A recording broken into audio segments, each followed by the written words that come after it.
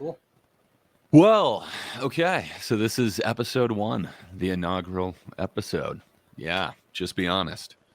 Launch. So, a lot has happened this last week. One of the things that kind of came up on Twitter, it seemed to be quite a firestorm, but yeah, it was kind of involving censorship yet again, and different words becoming censored, and kind of the overall term cis being called now a slur. So, just to be honest, what's your feelings on that, Patrick? You think cis is a slur? I don't think it's a slur. I think it's stupid.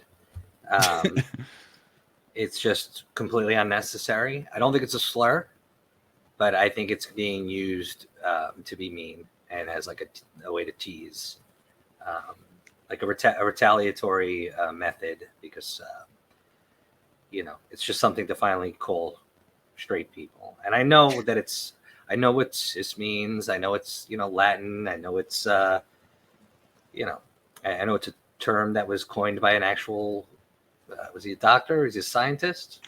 I believe she was a researcher. Well, it depends. Was it she? Yeah. No, it was a he. Yeah.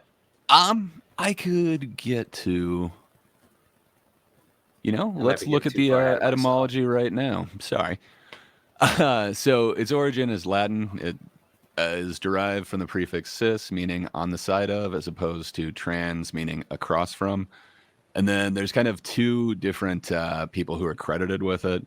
So one is a German guy who said, sorry, cis-sexual. So it wasn't, so it was cis-sexual. It comes from Germany? That is racist, man. So that was in 91, and that was a German dude. But the one who really gets credit for it by saying cisgender was in 94, and it was Dana DeFosse, or DeFosse. I'm not exactly sure on the pronunciation, but she was a graduate student who was looking for a way to refer to non-transgender people without marginalizing them. So she's the one who technically gets the credit for it. But yeah, that's Look just where her work's been going now. Yeah. But you're right. Like the term, a lot of times it was used in chemistry and stuff. The term was not coined here. Just using that as regard to gender was apparently 94 was the first time that was used.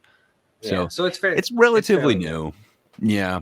And it definitely didn't get into, the popular parlance of our time, so to speak. It definitely became in the 2010s, 2015, something like that. I would say that's about the first time that I heard it, and it was, around college people. So I'm not sure if it really hit the masses until a little bit later, but I would definitely say the 2010s. It definitely seemed like it was post-aughts when it became popular. So, yeah, at least from my recollection. But, I'm in a weird place, so perhaps it was different. Your mileage may vary, so to speak. Yeah, Vincent, what about you, sir? Do you think cis is a slur? Sorry, I'm not going to answer that. I'm going to do a very Jordan you're not going to be Peterson. honest? I am going to be completely honest. If trans and transy is freaking a slur for transsexuals, them trying to change this language game to making cis or sissy, that play on words, I'm going to say the context matters. If you're saying you're just a stupid white cis male, I would say it's not a slur, but it's definitely targeting someone based on their sexuality and their race. You do it the other way. If I insulted a black transsexual woman the same way, you're just a black trans, people might take offense to it. I'm not a slur, but it definitely is a way to dismiss people's argument based on sexuality and race and other shit like that. I think that's for sure really the core of it. Well, cis is just going to be sexuality and gender, I think. I think it's just the whole mindset of protected classes and white and cis is no hold barred with them. They're fine to throw any insults at them, treat them as if dirt, and most people don't care. I just see the double standards very oddly. For sure. Nobody Those are all protects my good class. points. The one thing that I would say is supposedly in its definition, it only has to deal with gender, has like nothing to do with sex or whatever, supposedly. But you would have to kind of buy into the gender theory and everything like that. So you would call a gay guy a cis male? Yeah. Yes. In fact, Eric from DJ Eric, he makes a point of that. He might be coming up later in these clips, but yes, he does identify as a cis male. That's why when you generally hear it, you generally hear. So I agree with you in a lot of ways. So I want to just be honest. I don't see it as a slur. I could be moved possibly. The only times that I've heard it used were basically disparagingly. It was never, somebody proclaiming loudly like, I am cis, refer to me as this is how I identify. Instead, it was always like cishet males or it's cis people's fault. Like I always heard it with kind of a contempt. It was never, like, here, this is all we're trying to say. Like it's just a distinction from the other. Instead of saying normal, abnormal, this is what we're saying. Instead of saying straight, gay, it's just a differentiation between two different things. Well, what about the sort of self ID the left does? There was the whole super straight thing. People were trying to make that would have replaced Sith. Sith. Yeah. Sith.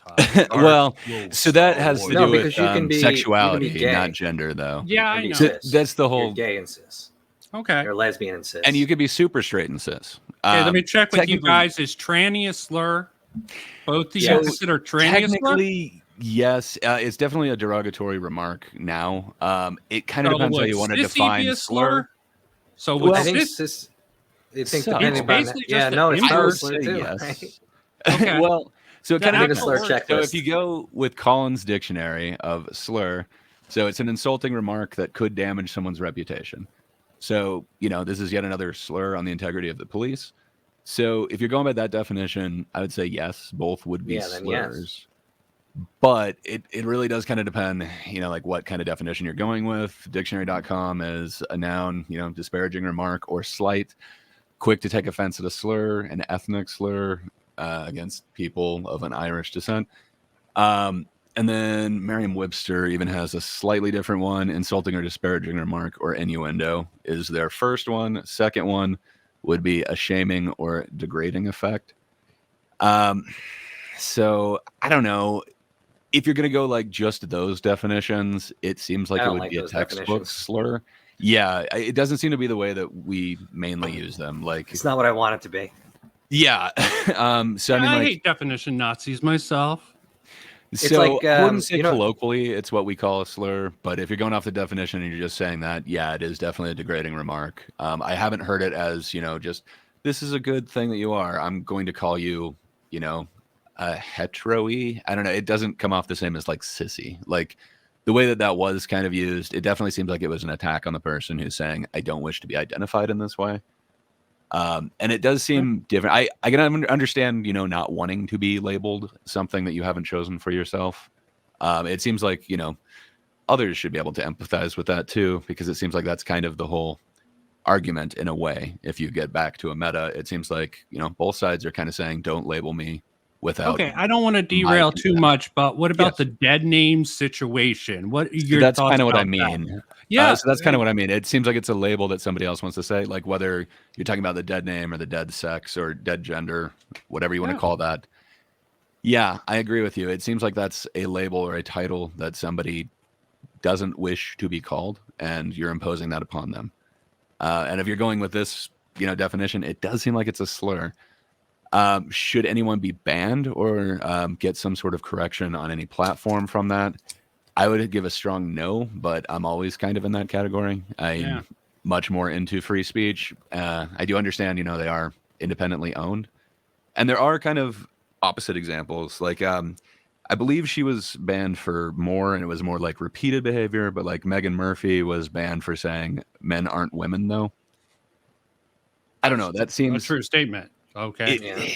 But if you're saying that against someone, and it was against a trans person, and I believe she also said he when they were not identifying as that. I might have that opposite, but it seems like she misgendered and then said that tweet, and that tweet was what got her over the edge, from what I understand. That was a few years ago. I think what a big problem is here. Oh, sorry, Greg. I was just going to say, so the tides just seem to have completely changed direction, with now cis being referred to that as it. But it seems like it's very much on the same thing. Sorry, go right ahead, Patrick. No, well, the crazy part is, though, with this situation is that it's not a matter of like, we want you to call us this. We want you to call us, say I'm a woman, I'm a woman. If I'm trans, whatever, if you have to call it, it's not that anymore. Now it's, you have to call yourself this. So that's where I think we're running into a real fucking problem here, is that you're not telling me what the fuck to call myself. For sure. I really like a lot of Michael Malice's sayings, but he basically defines anarchy as you don't speak for me. And I don't know if I would fully embrace anarchism, but I have definitely lived my life kind of with that whole you don't speak for me type of attitude. So I understand, the urge to say, hey, don't thrust this label on me. I don't identify that way. I really do get it. That being said, so we would need a binary of some kind to say, like, trans, not trans. So what do we say? Like, is everyone now not trans? And then trans people are trans? Like, you know what I mean? It still you seems don't need like that what because trans is the. You probably don't because it's trans is the identifier. Yes, it would. I heard. I'm sorry. I jumped right on your ding dong there, but I heard trying to make him a female now. I see. Yes, I am trying to put him right in his place. Go make me a fucking sandwich while you're at it, Greg. Okay. But I heard this comedian say this perfectly, and it's funny because I'm holding this in my hand right now, right? And it's Diet Coke, right? Yes. So when I go out to eat, my kid always likes Coke. I like Diet Coke. He doesn't have to say, "Give me a not Diet Coke." He says, "Give me a Coke," and I say, "Give me a Diet Coke," because it's something different than Coke. And so if male and female, or man and woman, or whatever you want, gender, sex, however way you want to put it here, has always been the main line, and that's what trans is a deviation of. Then you don't need an identifier for Coke. Fair enough. I can understand that. And basically the only time it would come up is when you're in a conversation about kind of trans people, and then it would just be kind of a differentiation between trans, not trans, or whatever. So I understand what you're saying. It just feels like if you have that conversation where you actually are talking about trans people, at some point you have to say something. And I could understand how it might feel othering to just say normal or trans or, something along those lines. But I don't disagree with you, like with the Coke thing. You're right. We don't need to have cis Coke and Diet Coke or whatever. Yeah. It's just Coke. Just refer to all trans men as diet trans, or replace diet with something else, An original Coke is nothing like the real thing. Okay, so Vincent identifies as diet trans. Okay, we got this. Why are you trusting that label? I'm just throwing out a hypothetical here. Not the term diet. So how do you think the internet's Twitter specifically handled the news? Or I guess YouTube specifically. How do you think they handled the with maturity news from Twitter? Oh, yes. With dignity. Yes, that's pretty much what happened here.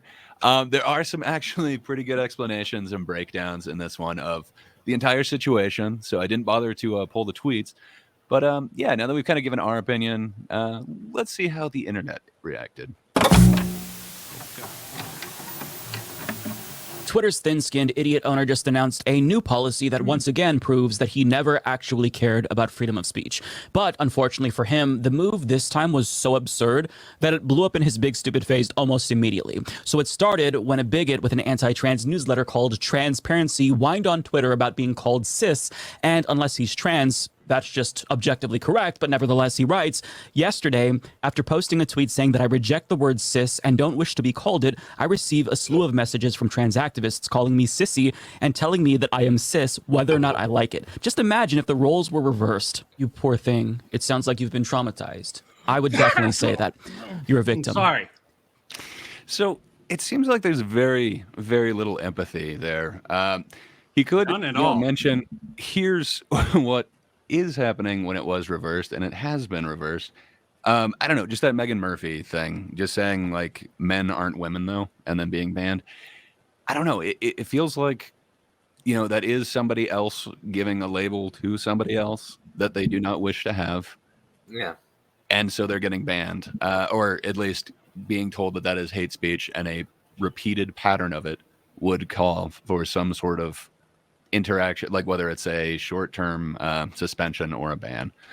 Personally, this seems like an attack of the status quo. We've had this sort of status quo on social media, and this humanities report is mocking someone for going against that status quo. I mean, and calling him thin-skinned as well.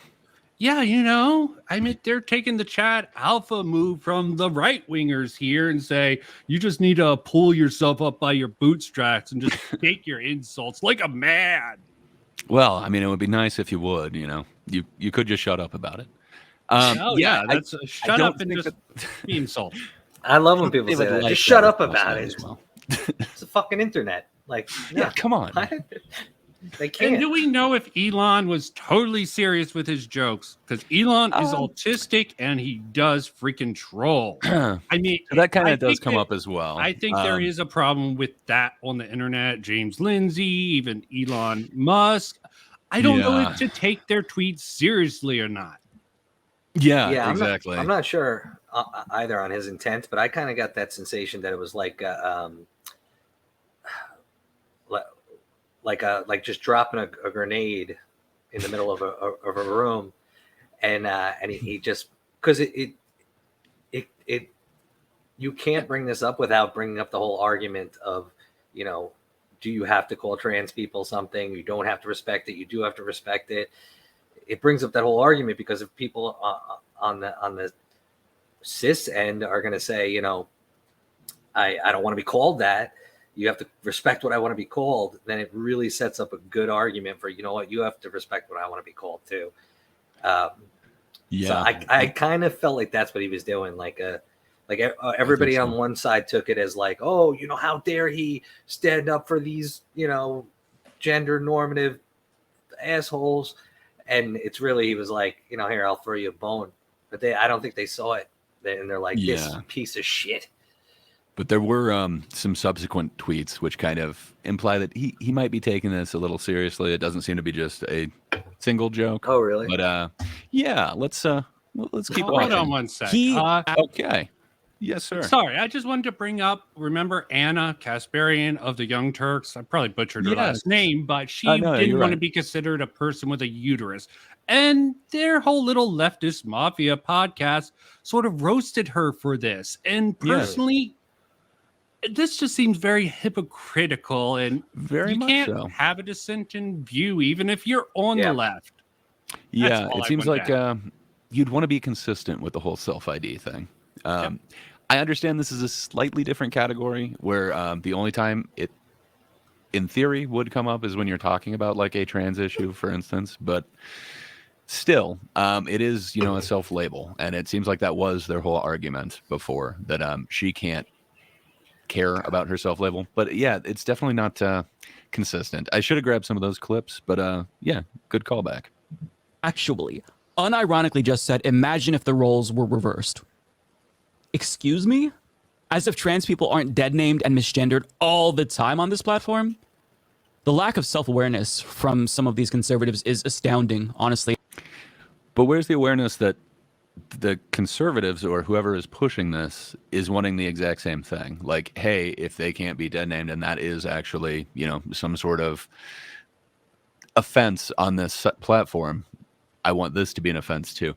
It seems like a somewhat justified position. I don't know. Does it seem like it's being unreasonable, or does it seem like that would be somewhat leveling the playing field?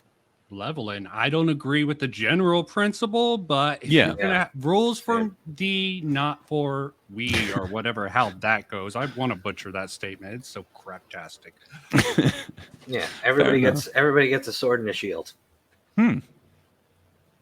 But wait, because Elon Musk responded saying repeated targeted harassment against any account will cause the harassing accounts to receive at minimum temporary suspensions. The words cis or cisgender are considered slurs on this platform. I'm sorry, but what?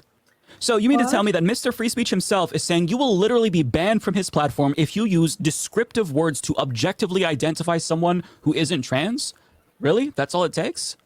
Cis, for those of you who don't know, literally just means not trans. In the same way that we say straight instead of not gay, we say cis instead of trans. If you're literally bothered by descriptive language, then congratulations, you are the biggest snowflake in the world. But keep in mind that on Elon Musk's Twitter, cisgender is a slur. Meanwhile, what is a woman? Yeah.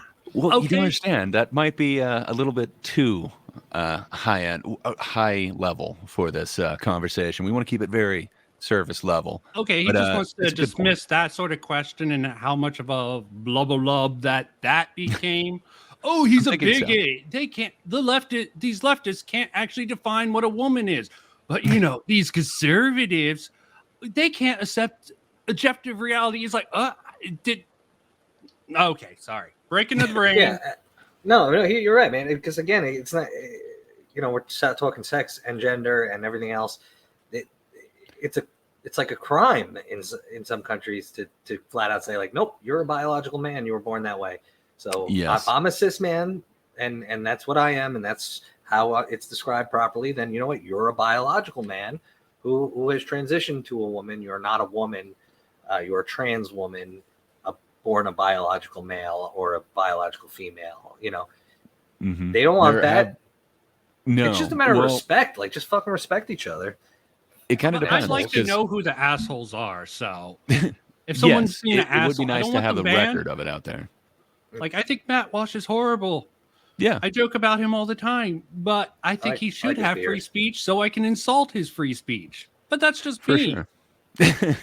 Yeah, no, exactly. It would be nice to have like a record of it so that you could, demonstrate here is the evidence that this person is very bigoted.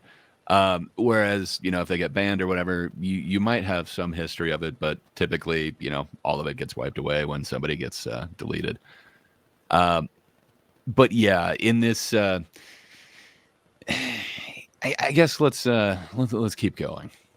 Dead naming and misgendering trans people is A-OK because, as LGBTQ Nation reports, Twitter's policy used to state we prohibit targeting others with repeated slurs, tropes, or other content that intends to degrade or reinforce negative or harmful stereotypes about a protected category. This includes targeted misgendering or dead naming of transgender individuals. On April 8th, that final line was removed. Just imagine if the roles were reversed, they said. Unbelievable. But don't you worry, because this isn't an attempt to stifle freedom of speech, contrary to popular belief, because James responded on Twitter saying, to those who have asked, this is not restricting free speech. I did not request, nor did Elon agree to suspend accounts for using the term cis. He is talking about repeated targeted harassment. What this does is restore parity and common sense. And of course, Elon Musk responded to that by saying, yes, as if none of us noticed him updating Twitter's policies to allow transphobic harassment. What did he replace it with? Do you guys know? So he just removed that so that it's not only based off of protected classes, from what I understand. So it just kind of opens up what harassment is to a little bit more. And then he's calling it repeated attempts. So you can see where people were calling that guy cis-y as opposed to just you are cis. I don't know. I'm not sure if, just saying you are cis should be enough to get somebody banned. But it feels like if you are repeatedly calling somebody something that they wish to not identify as, that could border on harassment, depending on how frequently you do it, how much you're doing it, what else you put in those messages. But I don't know. I don't necessarily disagree with this. It does seem like there is a point that does bring more parity to it, since, again, Meghan Murphy was banned for Men Aren't Women, though. I don't know. And I don't people know have either. been... If it's multiple people, I would say just there's the ban button. There might be a mute or blacklist. I don't know how you would get around it. Just a norm. So that's what I would do. For sure. And you can do that personally. Mute it. But their followers would still get to see that and everything. And I guess the idea is this person has been so egregious, there must be some punishment coming to them. I'm not in that camp. Again, like you're saying, I would rather have it just out there for display for everybody. But supposedly that's what the harassment thing is for. Nobody should get harassed. So if this is like repeated over and over again, it's bad times. That's not what the platform is supposed to do. So I can understand why they'd have a rule against that. But it seems like you'd have to also accept sissy then if you're saying that. Like, it's also disparaging somebody for something that they supposedly cannot control. So Yeah. I don't know. It feels like that would bring more parity to it. So I kind of understand this, but I don't know. It feels like they're not calling it a free speech issue when it came to, dead naming somebody or talking about the gender that they were assigned, I guess, at birth. There's it seems like they're not going to call that a free speech issue. Would be good. Okay, there's sometimes where using a dead name, so just saying dead names outright are bad. It's a matter of context. With this person was called this, they did this, they transitioned, they're called this now. So it's just the way there's rarely ever any nuance or context to a lot of these discussions, and it really annoys the hell out of me. But For sure. Well, it's good that it's not confusing at all, too. Yeah. And everybody was brought up to speed on all of these issues too. Yeah, and it's just we should know right away because otherwise you're bigoted, homophobic dipshit. Oh yeah. But even someone like oh Christ, what? Ellen Page? Is it Ellen? Elliot. Elliot, yes. Page. You just got us banned. You just got Gray's video demonetized. You might want to edit that out, Gray. Well, I said Ellen. We're good. Elliot. We said Elliot. Elliot. But it was Ellen. Yes. That's the dead He name. used to be Ellen, but he is a fine young man named Elliot. He used to be mine. And when he was a she was sort of whiny, but some people like that. Some people like Michael Cera. I don't get it, but I like them both. But my point being is how do you Hard look Candy at now? Awesome. Figures that Patrick. movie was creepy. It's so really creepy. Good. It's a great movie. But then something like simple like that with dead naming is it's very easy because everybody in the world knows who she. It's not that easy. Who he is. Yes. It's hard when I reference Juno. Do I say that he was the star of it? That he played a really great pregnant girl? I think so, because that's what that role was. But you wouldn't say that. Yes, I think exactly what you said would be okay. Movie. Okay. Did he win awards for acting? He did. He won an award for he was his a she when she did movie. it. It's sort of like trying to erase the past in some ways. I mean, the logic of doing that for mental health. Yeah, but what they did as a female is sort of invalidated by them changing and giving it credit to a trans man instead of when Elliot Page was Ellen Page. It's sort of very dismissive if you think about that particular example, saying he won it and just not mention that he was a she back in the past. That's my thoughts on the matter.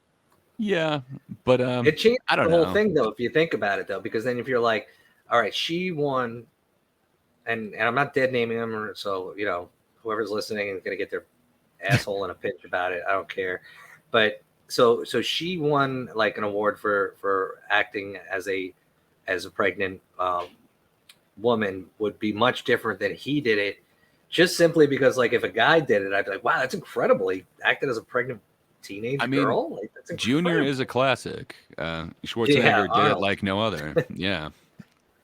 Feel me, Vincent. We all do. Furthermore, he just tweeted about the great conversation he had about Indian Prime Minister Narendra Modi, which is pretty interesting considering the fact that Modi has many authoritarian tendencies, and he even suppresses free speech, which Elon Musk claims is very important to him, and that includes the free speech of his critics, and he even pressured Elon Musk to censor criticisms of him on Twitter, and Elon Musk complied. But don't you worry, Elon Musk cares deeply about freedom of speech. It is just ridiculous how these people will say one thing, do something completely different, and then pretend as if we all didn't just see them be openly hypocritical. Now, of course, J.K. Rowling tweeted.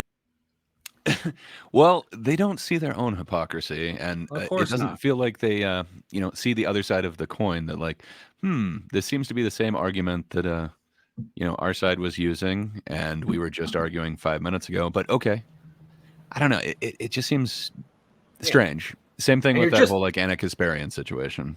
You're just using it to be dicks. Come on, we're seeing right through you. It feels like it. I mean, again, it is slightly different because now we're talking about gender, but I don't know. Well, I mean, I guess technically it isn't even gender. It's really just the differentiation between transgender and non-transgender. So Yeah, I don't know. Coke and It's a Diet very Coke. niche thing. Fair Why enough, do I always but forget that Chud logic quote? To have the moral imperative and to insult your enemy is the greatest moral. I'm gonna have to look it up. I forget. Keep on forgetting. It's close enough. Yeah, I need to get that quote as well. I'll have it on a banner or something. Probably about this from her castle on Turf Island, justifying. Oh yeah, I forgot. Apparently, J.K. Rowling has a castle on Turf Island now. So, congrats. Isn't to her. turf a slur? Yes. Okay. It does feel like it would. Well, at least if we're using, these dictionary definitions, it does seem like it is an insulting or disparaging remark or innuendo. So, And does she self-ID as turf even? like no, 80 she has not considered Okay. herself that. I Interesting. believe she considers herself a feminist, but I don't know if she loves the whole trans radical part. 85% of the things I say is now a slur, according to that. Yeah. So I don't know. Like colloquially, I use a different definition, but like every definition I looked up wasn't exactly like my headcanon. So I don't know. Do you guys Definitions have are a gay. definition of slur, or what do you kind of operate on? Because I kind of thought that it would have to be more like, a bannable offense. Like definitely we know what like racial slurs are. Like it would be a slur that generally pointed at one race specifically. Yeah, like a But bigoted like, slur or yeah, because transphobic slur, like a cisgender. Like you I need tend something. to think slurs have underlining context to it. Like I would agree cracker is a term because that would be a derogatory term for a white person. And what would that say about them? Whip crackers, Nick crackers. I think that's a lot more derogatory than the N-word, which is just the term people use for It's black loaded. people in that era. Go back and watch Roots. They said the N-word so much it would blow your mind. yeah. Cancel that one. I think it would be canceled. Probably both Roots- versions of it. Yeah, but Roots should be the canceled or OG censored. Geordie LaForge one. I don't know. See. I remember Love having to that watch one. that. Yes. Oprah used to be a good actress, okay? But then, she got all the money in the world and she didn't have to work for it anymore. So more That power Oprah to money. Oprah. But slur is kind of loaded, because of the For way sure. it's used nowadays, and it's kind of like what another word very similar would be discrimination. Like Yeah. you hear the word discrimination, and immediately what does it bring to both your minds is like some kind of Like situation where we're racial not. connotation. Yeah, For like, sure. and it's But it can't just be choosing discrimination between two things. Like, Yeah, like I you discriminate discriminate against which- regular Coke and you like Diet Coke more. Correct. Oh, great. Please tell me you put George Carlin's 7 words you can't say on television, which he got arrested for, in this, please? I don't have that in this, Okay. but That's a I definitely perfect could example. insert it. It's a- Yeah. Well, and then the history on that too, right? Like he just kind of made it up, but because of that bit, it's stuck. Like they actually kind of were like, "Yeah, you can't say those." I don't know. It's just It was weird. like- They're like, thank you. And like the South Park episode, once a certain word, I think maybe the F word, I forget what word, they just did a whole counter with that. It was the certain curse word. It was the F word, but yeah, it was. Okay. They were curse words. It brought the curse down upon us. But yeah, with the J.K. Rowling thing, I think he's about to read the tweet, but it kind of seems to. I don't know. She doesn't have a horrible explanation for it. I don't know that I disagree with what she's saying. Musk's decision saying, "Cis is ideological language signifying belief in the unfalsifiable concept of gender identity. You have a perfect right to believe in unprovable essences that may or may not match the sexed body, but the rest of us have a right to disagree and refuse to adopt your jargon." And Elon Musk responded to that saying, "Exactly." It's honestly hilarious how fragile these people. So that kind of seems like, again, that self-ID, that self-label thing. I don't know. It feels like there should be some sort of principled stance. Either you are in control of your label or you're not. But I don't know. I guess I'm not kind of understanding why they can't see that from those explanations. Taking the That was kind of reactionary position now, okay? They're trying to make an argument that the left's been making for years about where the attack helicopter identifies an attack helicopter meme come from. And that sort of spun out. I used That to was love originally a meme, but some people pushed that to its limits with neo pronouns and all that shit. But let's not go down that rabbit hole. Fair enough. It just seems, I don't know. I guess fair enough. I guess the whole Jordan Peterson thing was also about compelled speech. You must call me this, but this is a little bit different. It's you must identify as this, or I am identifying you as this. It just seems a little different to me, but I don't know. And It its still feels like origins they. are in the German Nazism. These people, Nazis, is something I found to be a very good term. I think maybe we should call these leftist Nazis, because Nazis weren't left. They keep on saying that. Nazis. Well, there's another term that's been watered down. This is why they switched from calling everyone Nazis to fascists. All these terms get watered down over time, and it makes language hard to keep up with, especially for an old guy like Patrick, I'm sure. What? sorry. What'd you say, son? They couldn't survive a day being trans if they were trans. I mean, imagine getting this bent out of shape because somebody used a descriptive word. Imagine. I can't imagine it. Like, imagine if somebody said, "Hey, Mike, you have dark brown hair," and I responded by saying, "How dare you? The color of my hair isn't dark brown; it's not blonde." I mean, it's so bitch. petty and petulant that. This is so childish. He's just making fun of them for getting triggered. Very much. But isn't he talking about something biological now, where he's saying, like, how dare you not accept this? Like, this I don't is know. the science. When he's talking about the hair color it. thing, isn't it kind of the same type of deal? If somebody is referring to something that is a biological fact, like, I don't know, just because you don't want to hear that, I don't know. It feels strange. I'm not sure exactly. He seems to be wavering between two arguments, but still calling it fragile on the one side. I don't know. So we have cis white hair and trans hair. Well, you have not trans. Yes. This would be essentially you could go with that. Okay, that's going to be the next book. Cis fragility. Well, you could definitely take that exact same argument and do the same thing. Like, the only reason why you don't enjoy hearing that is because you're fragile. That is just your fragility. Yeah, that makes sense. Unfortunately, that could be brought onto any sort of topic. It's when you just kind of argue with weird statements like that without facts, it's kind of easy to say anything is just a result of your fragility. But I wouldn't say that's honest. But yeah, I think that definitely happens. So yeah, we can look forward to that in the near future. Even if I were deeply offended by a word like cisgender, I would just keep my mouth shut because I don't want to look like a complete imbecile. But these snowflakes can't help themselves. They've got to complain, they've got to whine because they want you all to know that they're the victims and they're triggered. Yeah. Now, I can't not point out how badly this backfired, because this backfired badly. So almost immediately after Elon Musk announced this new policy, guess what happened? Well, of course, cisgender started trending on the platform, with thousands and thousands of people either making fun of Elon Musk or calling him cisgender. And this happened immediately after he made this announcement, because people wanted to challenge this policy to see if it was actually as ridiculous as he's saying. And as somebody who participated, I have not yet been banned.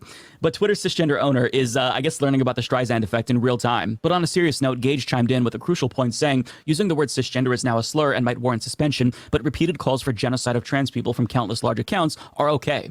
And that is a very important. So it would be awesome if he, gave some examples of people calling for genocide. Now, I always hear about this genocide.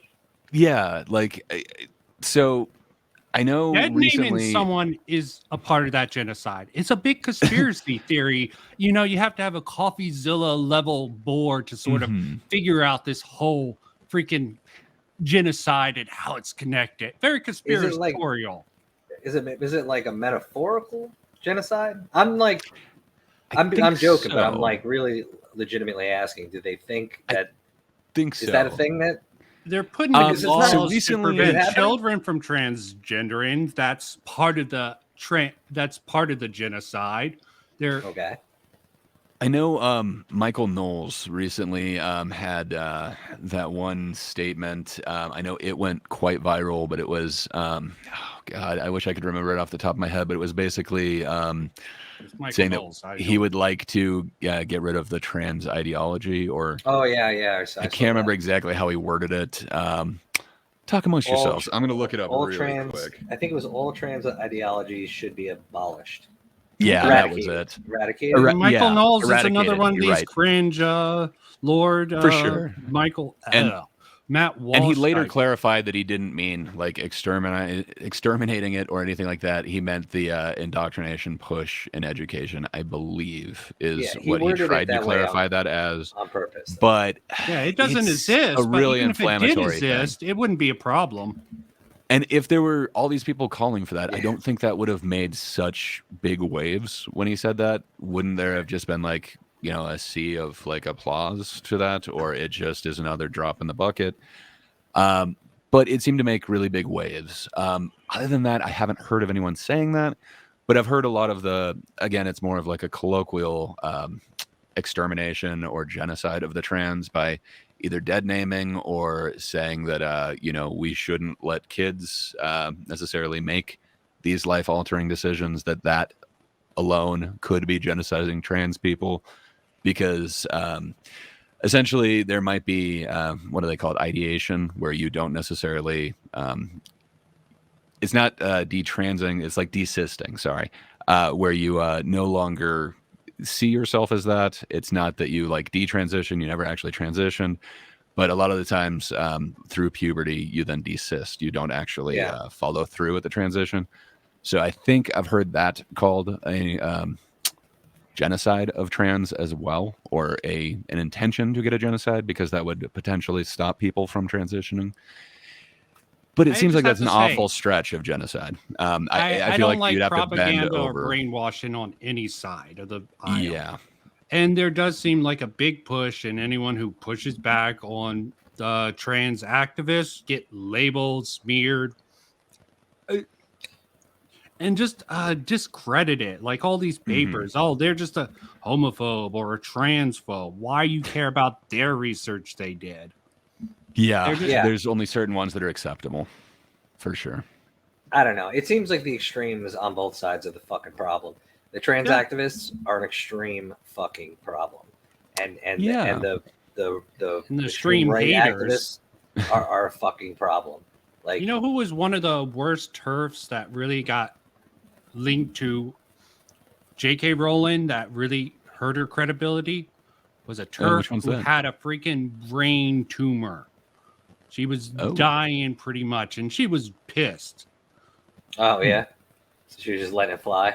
And J.K. Rowling was sort of like, I understand where this woman's coming from. She was a gay woman who was really pissed off with the trans activists, called all this movement, but she had a brain tumor. Okay, you can be sympathetic and still disagree with someone, just sort of like how this dude, whatever, I forget his name. What is his name again? I always forget these names. Which one? I should have had it written down. I just wrote Humanist Report. It's, I want to say Michael. Yeah, I am going to get it wrong. Okay. But yeah, I have the same shirt. It's not a bad shirt. It screams I want to party, but I might go get it. But yeah, you can sort of like Elon Musk talking to that one guy, but that guy was really pro censorship. So if Elon's pro free speech, he had a point. If legitimately Elon censored criticism of this one world leader, but he didn't bring up the context for, maybe they were just lying or slandering, and it was proven to be incorrect. Are the people that the criticisms that he banned or hid? He didn't bring up any of the context around it. Just Elon, with this authoritarian, hid criticism. No context. Yeah. It would be awesome if he did provide some context, and also the context for all these people calling for trans genocide. Spoiler, there's not a lot of context given for any of this. Yeah, because they just... Sorry.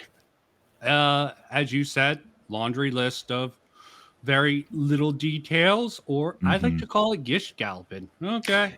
It's basically the same thing. Like if you're in a debate, it would be Gish gallop, like but since there's no one actually like talking to him, it's just a list of facts that don't really. I just like the term Gish galloping. Yeah, it's just for sure. Gish galloping down the road. They're very similar. I think Scott Adams was the one who kind of coined the laundry list thing, but essentially a bunch of weak list of weak items suddenly becomes a strong you're attaching case, yourself to Scott Adams. If you just go with the variation of Gish galloping, much better optically for you, Gray. You're right. But again, so a future discussion that we'll have with the whole death of the author thing, I can separate that from Mr. Adams. Okay. But what, did I say Douglas Adams or Scott Adams? Scott Adams. Douglas Adams is much better. Scott. Love the sure. Okay, good. Guide. Good. I always almost 42. Screw those up each time. But it's a good concept. Whether or not the guy Gilbert made sucks. some really weird things. I don't know. Like, I can't get on board with the 4D chess, and then that's just a whole weird thing about the whole hate groups. But back to this humanist report. Speech against trans people has been absolutely genocidal and downright Nazi-esque in many instances since Elon Musk removed those protections for trans people. But what does this cis fuckface do? He introduces a new policy to insulate transphobic people. Now, would cis fuckface be a slur? I kind of think I could see how that would be. That's an insult. Yeah, for sure. But if you said, like trans fuckface, that comes off a little hate-filled. I will agree. I don't know. It's definitely an insult, but because you brought up the trans status, does it now become a protected category? So that becomes a slur? You know what's funny? I don't know. The slurfine of a word. I was thinking about this the other day, right? Because we're trying to be a little bit more sensitive now that I'm, on the YouTube a little bit more, and well, you're a sensitive guy as it is. I am, I'm based, but I'm sensitive, and I like to be nice to people as much as possible, and I was thinking about words that I normally say and that I used to say, and insults that I throw at people sometimes just to be funny or to be insulting, whatever. But like one of the ones I really like to use is cocksucker, and it just sometimes rolls off the tongue, where I'm like this. It's got a certain way of a rolling off the tongue. Completely understand. Yeah. Right. Now, what I've been thinking is that now hate-filled or is that pride-filled? Like, way to go, you cocksucker. But am I?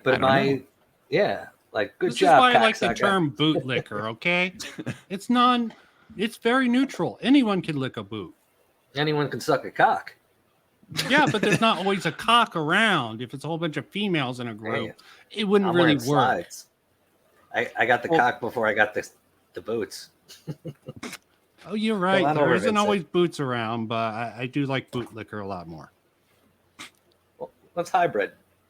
We'll call it boot sucker or cock. Oh yeah, I think boot sucker is boot sucker. Yeah, everyone knows what you mean.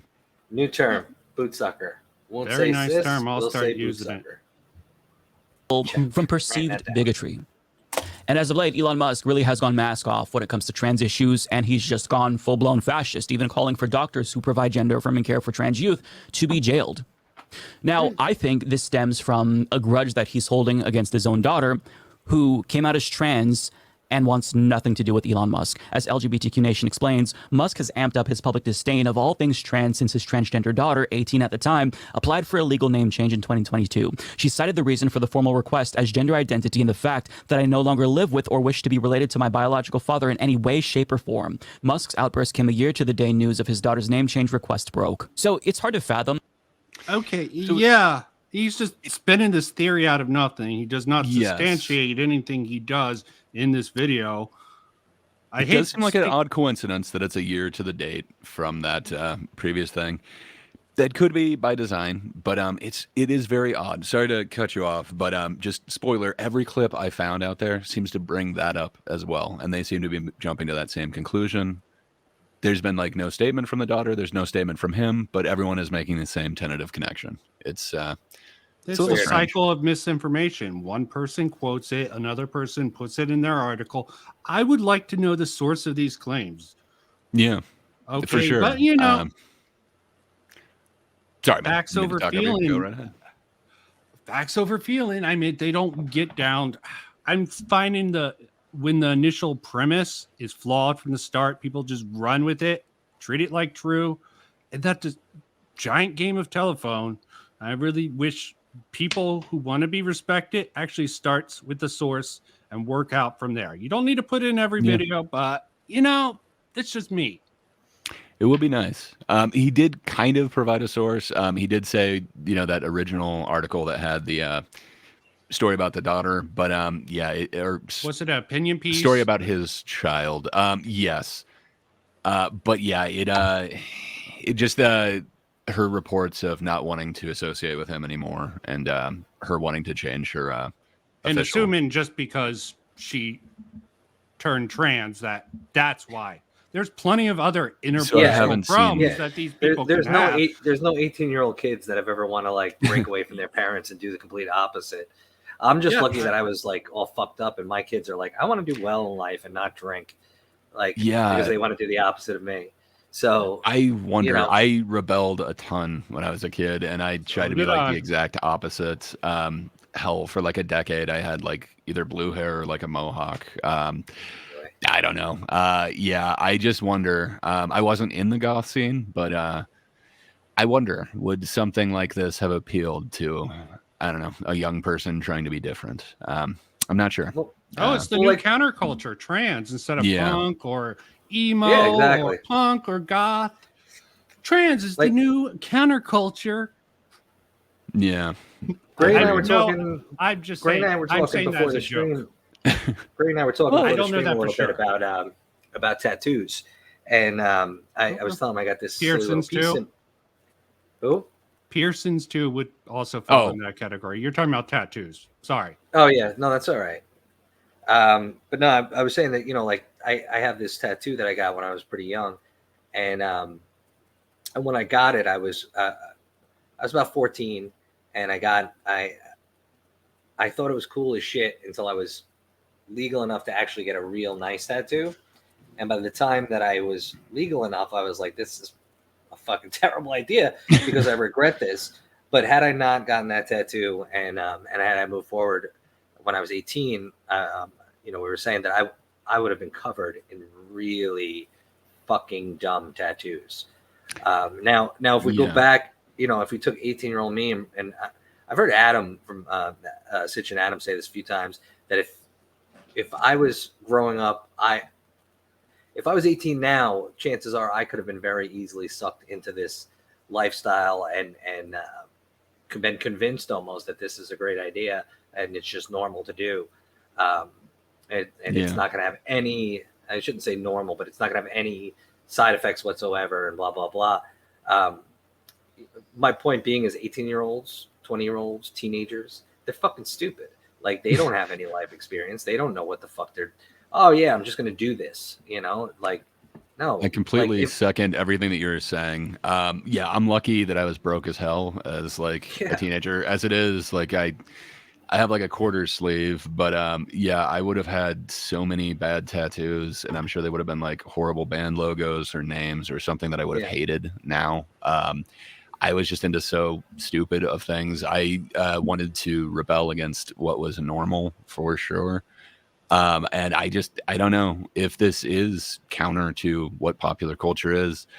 I don't know. I wonder if I would have been susceptible to it. I mean, I don't know. I'd like to think that I wouldn't be, but I'm not sure. I definitely had that, I want to not be normal type of feeling. Same. Yeah. So I don't know, but I couldn't agree more with the tattoos. And I think that's, kind of one of the reasons why we put a somewhat reasonable restriction on, at what age you could do something like that. Yeah. I mean, kids don't look forward into the future. They just don't. I didn't. I until like 5 minutes ago, I didn't. 22 and be wealthy. And then I was like, at 23, I was not wealthy. And I was like, it's still happening. I got to work. And now I'm 45 and I'm like, Jesus H. Christ, I'm still going to work. It doesn't end. It doesn't end. And now I have to explain to my 15-year-old boys that no, it keeps going. If you make a choice now and it affects the rest of your life, you're gonna live with it for the rest of your fucking life. So don't get tattoos. Don't get bitches pregnant. Yeah, but the trans to tattoo comparison, stuff. I mean, yeah, that could be a certain element in some homes. There's also some homes that are very encouraging, trying to get their children, trying to keep them agendered until a certain age, until they know. But the parents let the children, it comes to the same thing. There's both the dynamic of the rebellion of the youth in some households, but you're also going to have where the parents push this and the society pushes this. And if they feel like they're not being noticed, how do you get noticed? Do something like this. It's really tattoos weren't encouraged back in the day, except for by minor but subgroups. it did make you kind of special. Seems like the general culture wants to celebrate these people, these children deciding to transgender, or at least starting the process. Like, you go girl, or you go guy. For sure. Gender's getting all messed up here. But I just wanted to, you brought up a very good example, Patrick, but I wanted to briefly bring up the other side, that a lot of parents who are growing up with this progressive and apolitical idea that is very non-scientific, yet a lot of parents give the choice to their very stupid children. I can agree. Children are stupid. You're probably stupid until you're probably going to be stupid your whole life, but some people have a hope of being less stupid. Yeah, one day maybe I will be mid-20s, somewhat less stupid. I mean, I'm still going there. I'm not as old as you guys, but I'm getting up there now. I am getting there. Shit. I just I guess to shit on your example. I just know there were a couple kids that I knew of in like my high school that did have tattoos, and it did make them super special or whatever. Among I don't know. Peer groups, it is a way but among make society generally, I don't know. Would trans make you better in society generally, or it depends on your location? You're a more democratic, I think progressive area. Yes, you're a hero. Fair enough. If you're in a conservative area, it's much harder. If you were in a conservative area, I will give them that. Because see, if you're in a conservative area, even nowadays, and you transgender, you would get some looks, but people wouldn't say shit. You're a more progressive area with a more progressive environment, people would praise you. Okay, fair enough. Yeah. Context that is a does good point. matter. It probably is cases. Regional, and again, your mileage could vary. Yeah. For sure. I mean, it probably blows for kids, like transgendered kids. Like, I'm sure it fucking sucks, especially like in like a Midwest state. Like, it probably really fucking sucks. But find me any kid it doesn't fucking suck for. Like, if you're the fat kid or the kid with acne or the the super skinny kid or the girl with big tits. Find me somebody that is not going to be uncomfortable. Find me the girl with big tits. Well, she's a teenager at this point, so you'll have to wait. Shit. You'll have to wait a little while. Long while. Okay, but also this sort of thing can be seen with other, like I hate to bring up the zero pronouns, like furries, people who try to identify as that. I think it's all about having a protective class, and I think transgender is like the pinnacle of the protective class. Because it takes a lot more work than just dressing up in have a fursuit or have a fursona online. But even that, the standards for that, because you can be considered a woman while you still have a dick and a lot of other manly aspects if you want to go into the transgender into sports. I don't know if we're going to go that way, but don't want to derail too much. Yeah, to tell you the truth, I'm not exactly sure what is allowed to be gone into on YouTube. So yeah, recently there was some censorship on YouTube. I know both Michael Knowles, I think Candace Owens, and possibly Matt Walsh. I know at least the first two were taken down for I think it was 2 weeks for strikes on previous videos that had to do with trans issues, but it wasn't specifically explained what it was. That I think YouTube's going insane. I sent you the tweet about mischief. So maybe we should save the sports issue.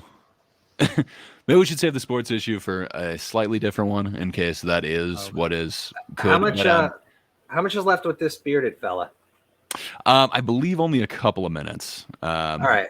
Why don't you let it go? This guy's almost over. Because I got a tinkle, so I'll listen live. Okay. Deal. Okay. why someone like Elon Musk, who has all the money and influence in the world, would be so obsessed with trans people. But I take it that his daughter being trans probably has something to do with it. And when regular parents reject LGBTQ plus children, that's extremely damaging. Psychologically and materially, some of them get kicked out from their homes.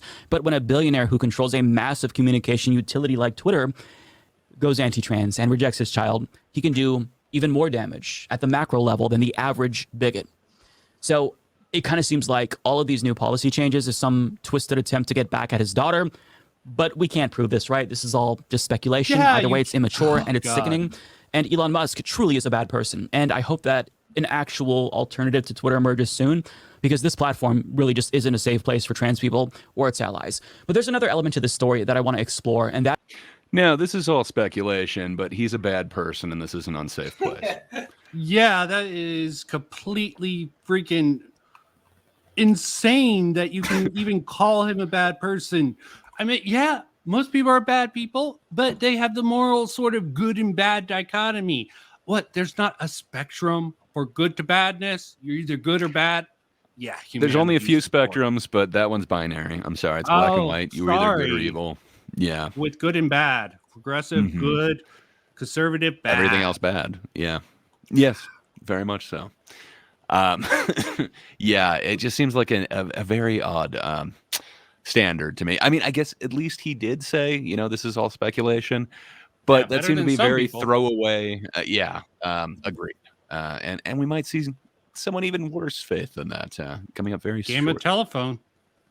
That is Musk's uninformed lies about the person who coined the term. So he also tweeted, "The contemptible creep that manufactured the term cis has serious problems. Ignore him." Now, Steve Monticelli responded to that saying, "Beyond disturbing that Elon Musk is promoting a false narrative about who coined the term cisgender, but then again, it's entirely unsurprising that his transphobia has overridden his capacity for differentiating truth and fiction. This person is not the originator of the term." And Steve...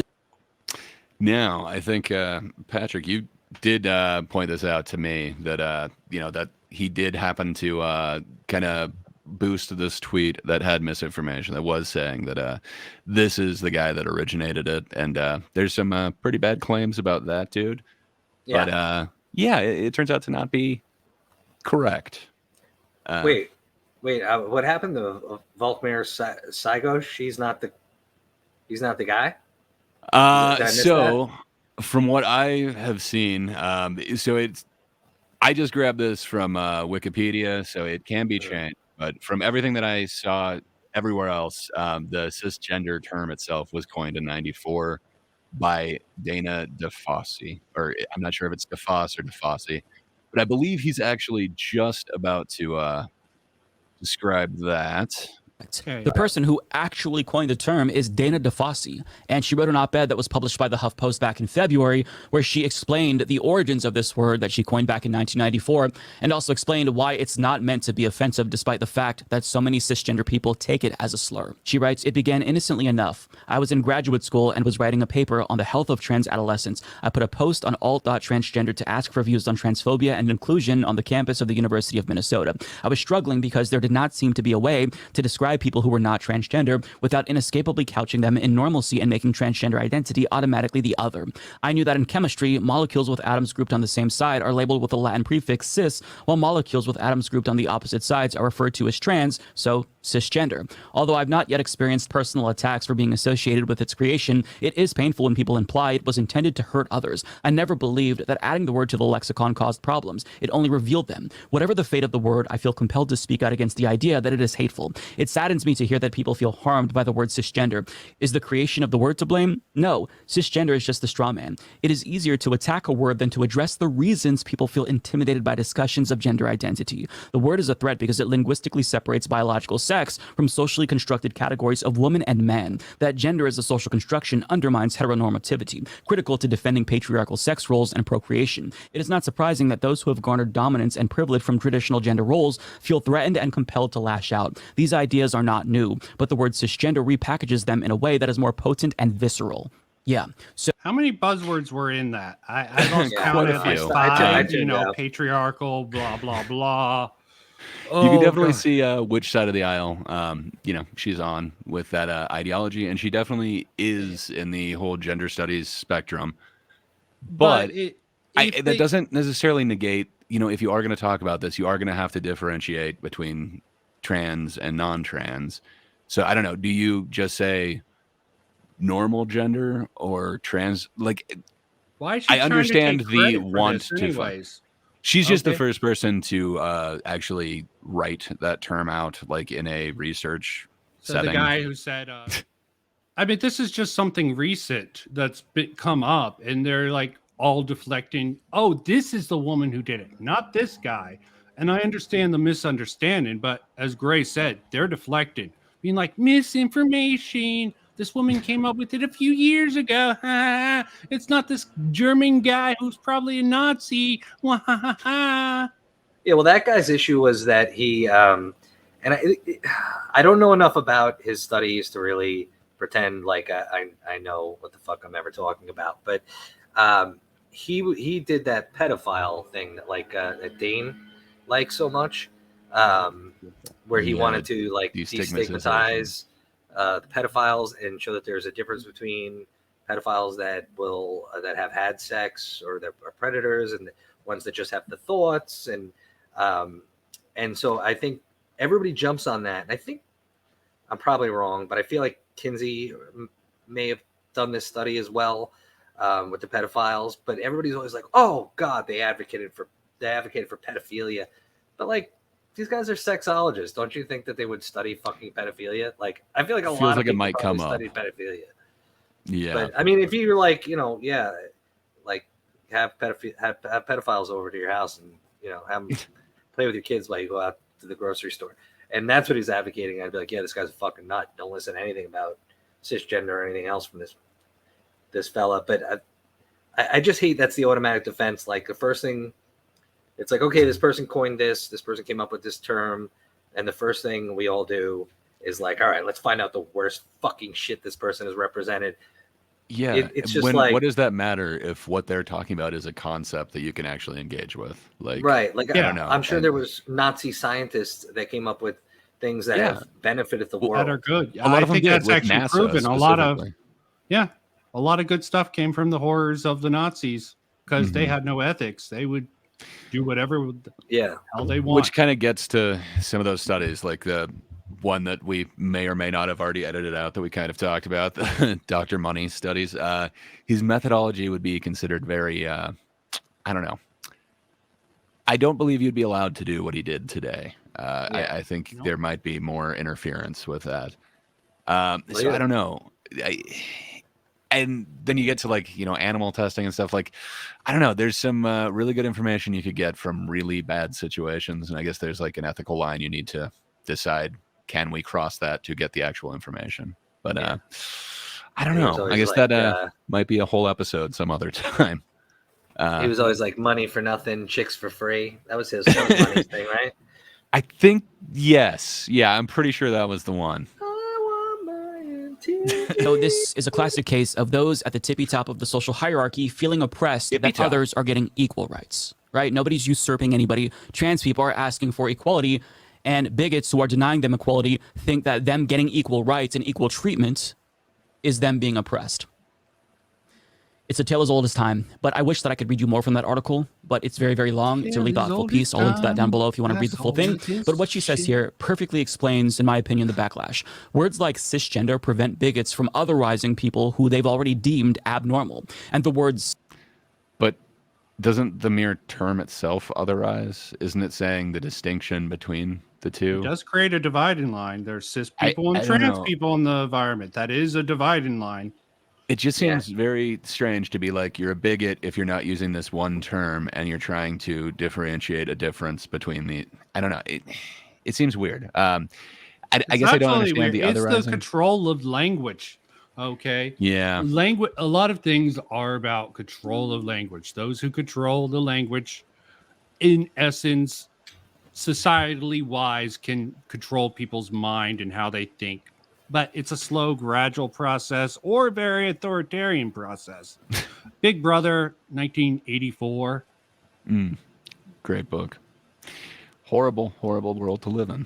But definitely it brings up some ideas of that whole how you change the societal movement with the language. And can be done, in theory at least. Yeah, I mean, we were always at war with East Oceania. But yeah, I think we're almost done with this one. I think this is his last point. Cis linguistically makes all people, regardless of gender identity, normal. And that matters because being trans is normal. It's been documented in our species since the dawn of time, so there's no reason why the language should... I guess it means it depends on your definition of normal. Because if your definition of normal is just that it occurs... Trans here. Well, okay, fair enough. But it does feel like there is pretty good documentation that... But gender roles kind of are. And then it does appear that there are people who feel like they don't necessarily fit into those. If he's calling that... the waters of the term transsexual. For sure. How we use it nowadays. Now we're talking about transgender, though. Yeah, so transgender even. That's a new term nowadays. Yes. Okay, to say that it is an old term is a twisting of reality of what that term would have been in the past. It doesn't even come up in... Example, please. They try to conflate a lot of things. Sorry. So supposedly there's been examples from like a bunch of different cultures of people who feel like they are the opposite gender. Yeah, in Game of Thrones, they cut off guys' dicks. Were those guys all suddenly transgender? That was they might have identified that way. They might. But if he's calling the eunuchs are all transsexuals now. They just didn't have hormones to grow breast. Okay, treat them like. Well, if he's using normal as in saying like this occurs, and you know it doesn't seem to be like society forcing people to do this. Okay, but if you're using normal like as in this is a genuinely frequent occurrence and it is, you know, like a average size of the population, I don't know how if he's going to say, you know, it is normal to not be transgender, I could get behind that statement more in that you're meaning like it is not the average, but it's like a control group. Yeah, if you're using normal in that way, yes, it feels like you'd have to be using normal in a completely different way to then say transgender is normal. So I could understand why if you're going to use normal in the way that it occurs, that means that it's normal, then you'd want to not have normal mean cis. You'd want to have a word that means not transgender that's not normal. Yeah, because that would allow you to then use normal a different way. Yeah, I hate the word normal and how it's used all the time, but still changing the language for the sake of equality. Some people don't want to use the term cis. I think it's rather sissy personally. Sure. I mean, I would be like, okay, you can use that term. I don't have to use it, but you're a bigot if you don't. Fuck you. I do not. Well, I just don't, you know, I don't want to have to fucking jump through hoops to prove to people who I am. And it's the same thing that I'm willing to offer to trans people is I'll take you at your value. I'm not a doctor. I'm not a lawyer. I'm not your boyfriend or your girlfriend. I'm just a fucking guy who's talking on YouTube to his friends. Like, I don't fucking care. Like, if I was a doctor, I want to know if you were born a biological man or woman. It's going to make a difference to me.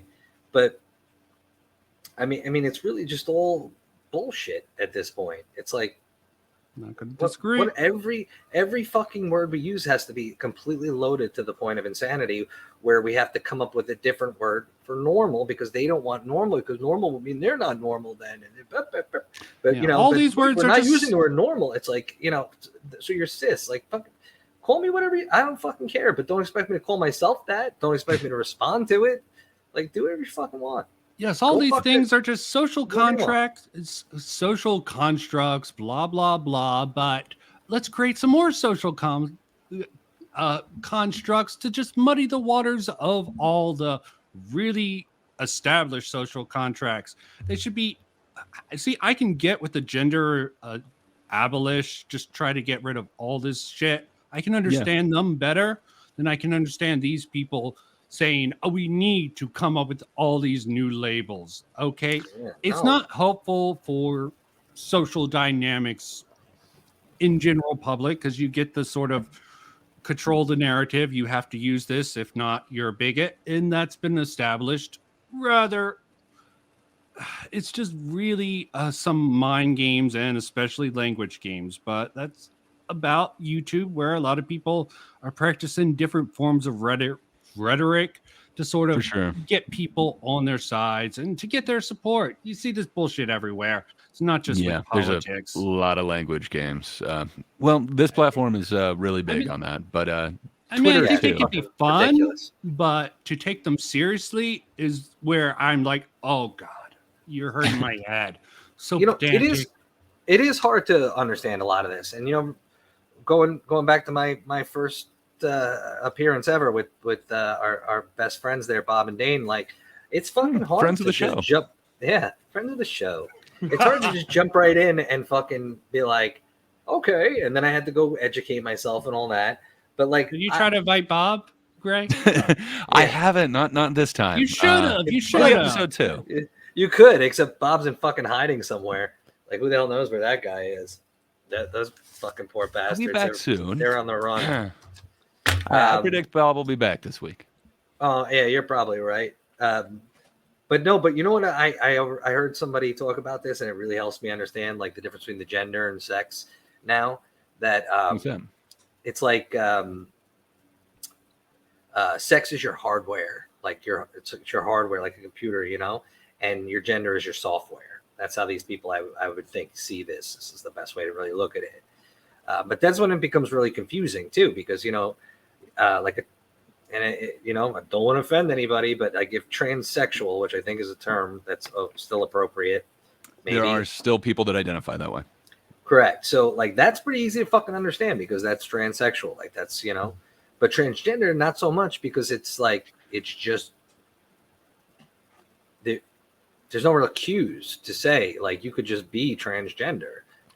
Well, and especially when you lump it in with transgender non-binary. So now you can just be non-binary and you're kind of now you're just saying things. Well, I don't identify as same thing with Zio and Animal Can. I mean, those are. I was trying to see the most. They're a lot different, but the same thought process goes into them, just to the extreme insane degree. In my personal opinion, I was trying to figure out what the most complicated way to explain what I am is, and I think that it's like I'm probably wrong, but I think it's like cis heteronormative male. Is that right, or does that imply something else? You could get even more complicated than that. Because there are some really fun ones out there that are basically like, I don't know, you have to be stimulated mentally by the person or something like that. Oh, yeah. Oh, asexual and sexual. Well, so it's even beyond that. It's once you get into like some of these really, really more. Yeah. So you could technically be on the spectrum and consider yourself not necessarily cis, but one of these kind of a little bit more niche genders. But so there could be a more complicated way even of explaining what you are, but then that would give you some sort of perceived status or some sort of title beyond just cis hetero. But I think you're correct. The way that they would want you to label yourself would be cis hetero. And I just say I'm a vagina hunter.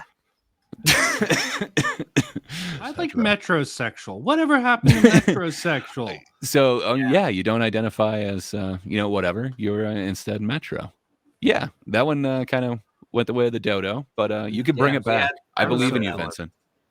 Well, I don't have enough style. I go with comfort and utility over all this bullshit language games. Okay, I use language games mainly for comedy. He likes it nice. You're like I'm a no nonsense sort of guy. Okay, easy comfort would be or sundress, I make my jokes.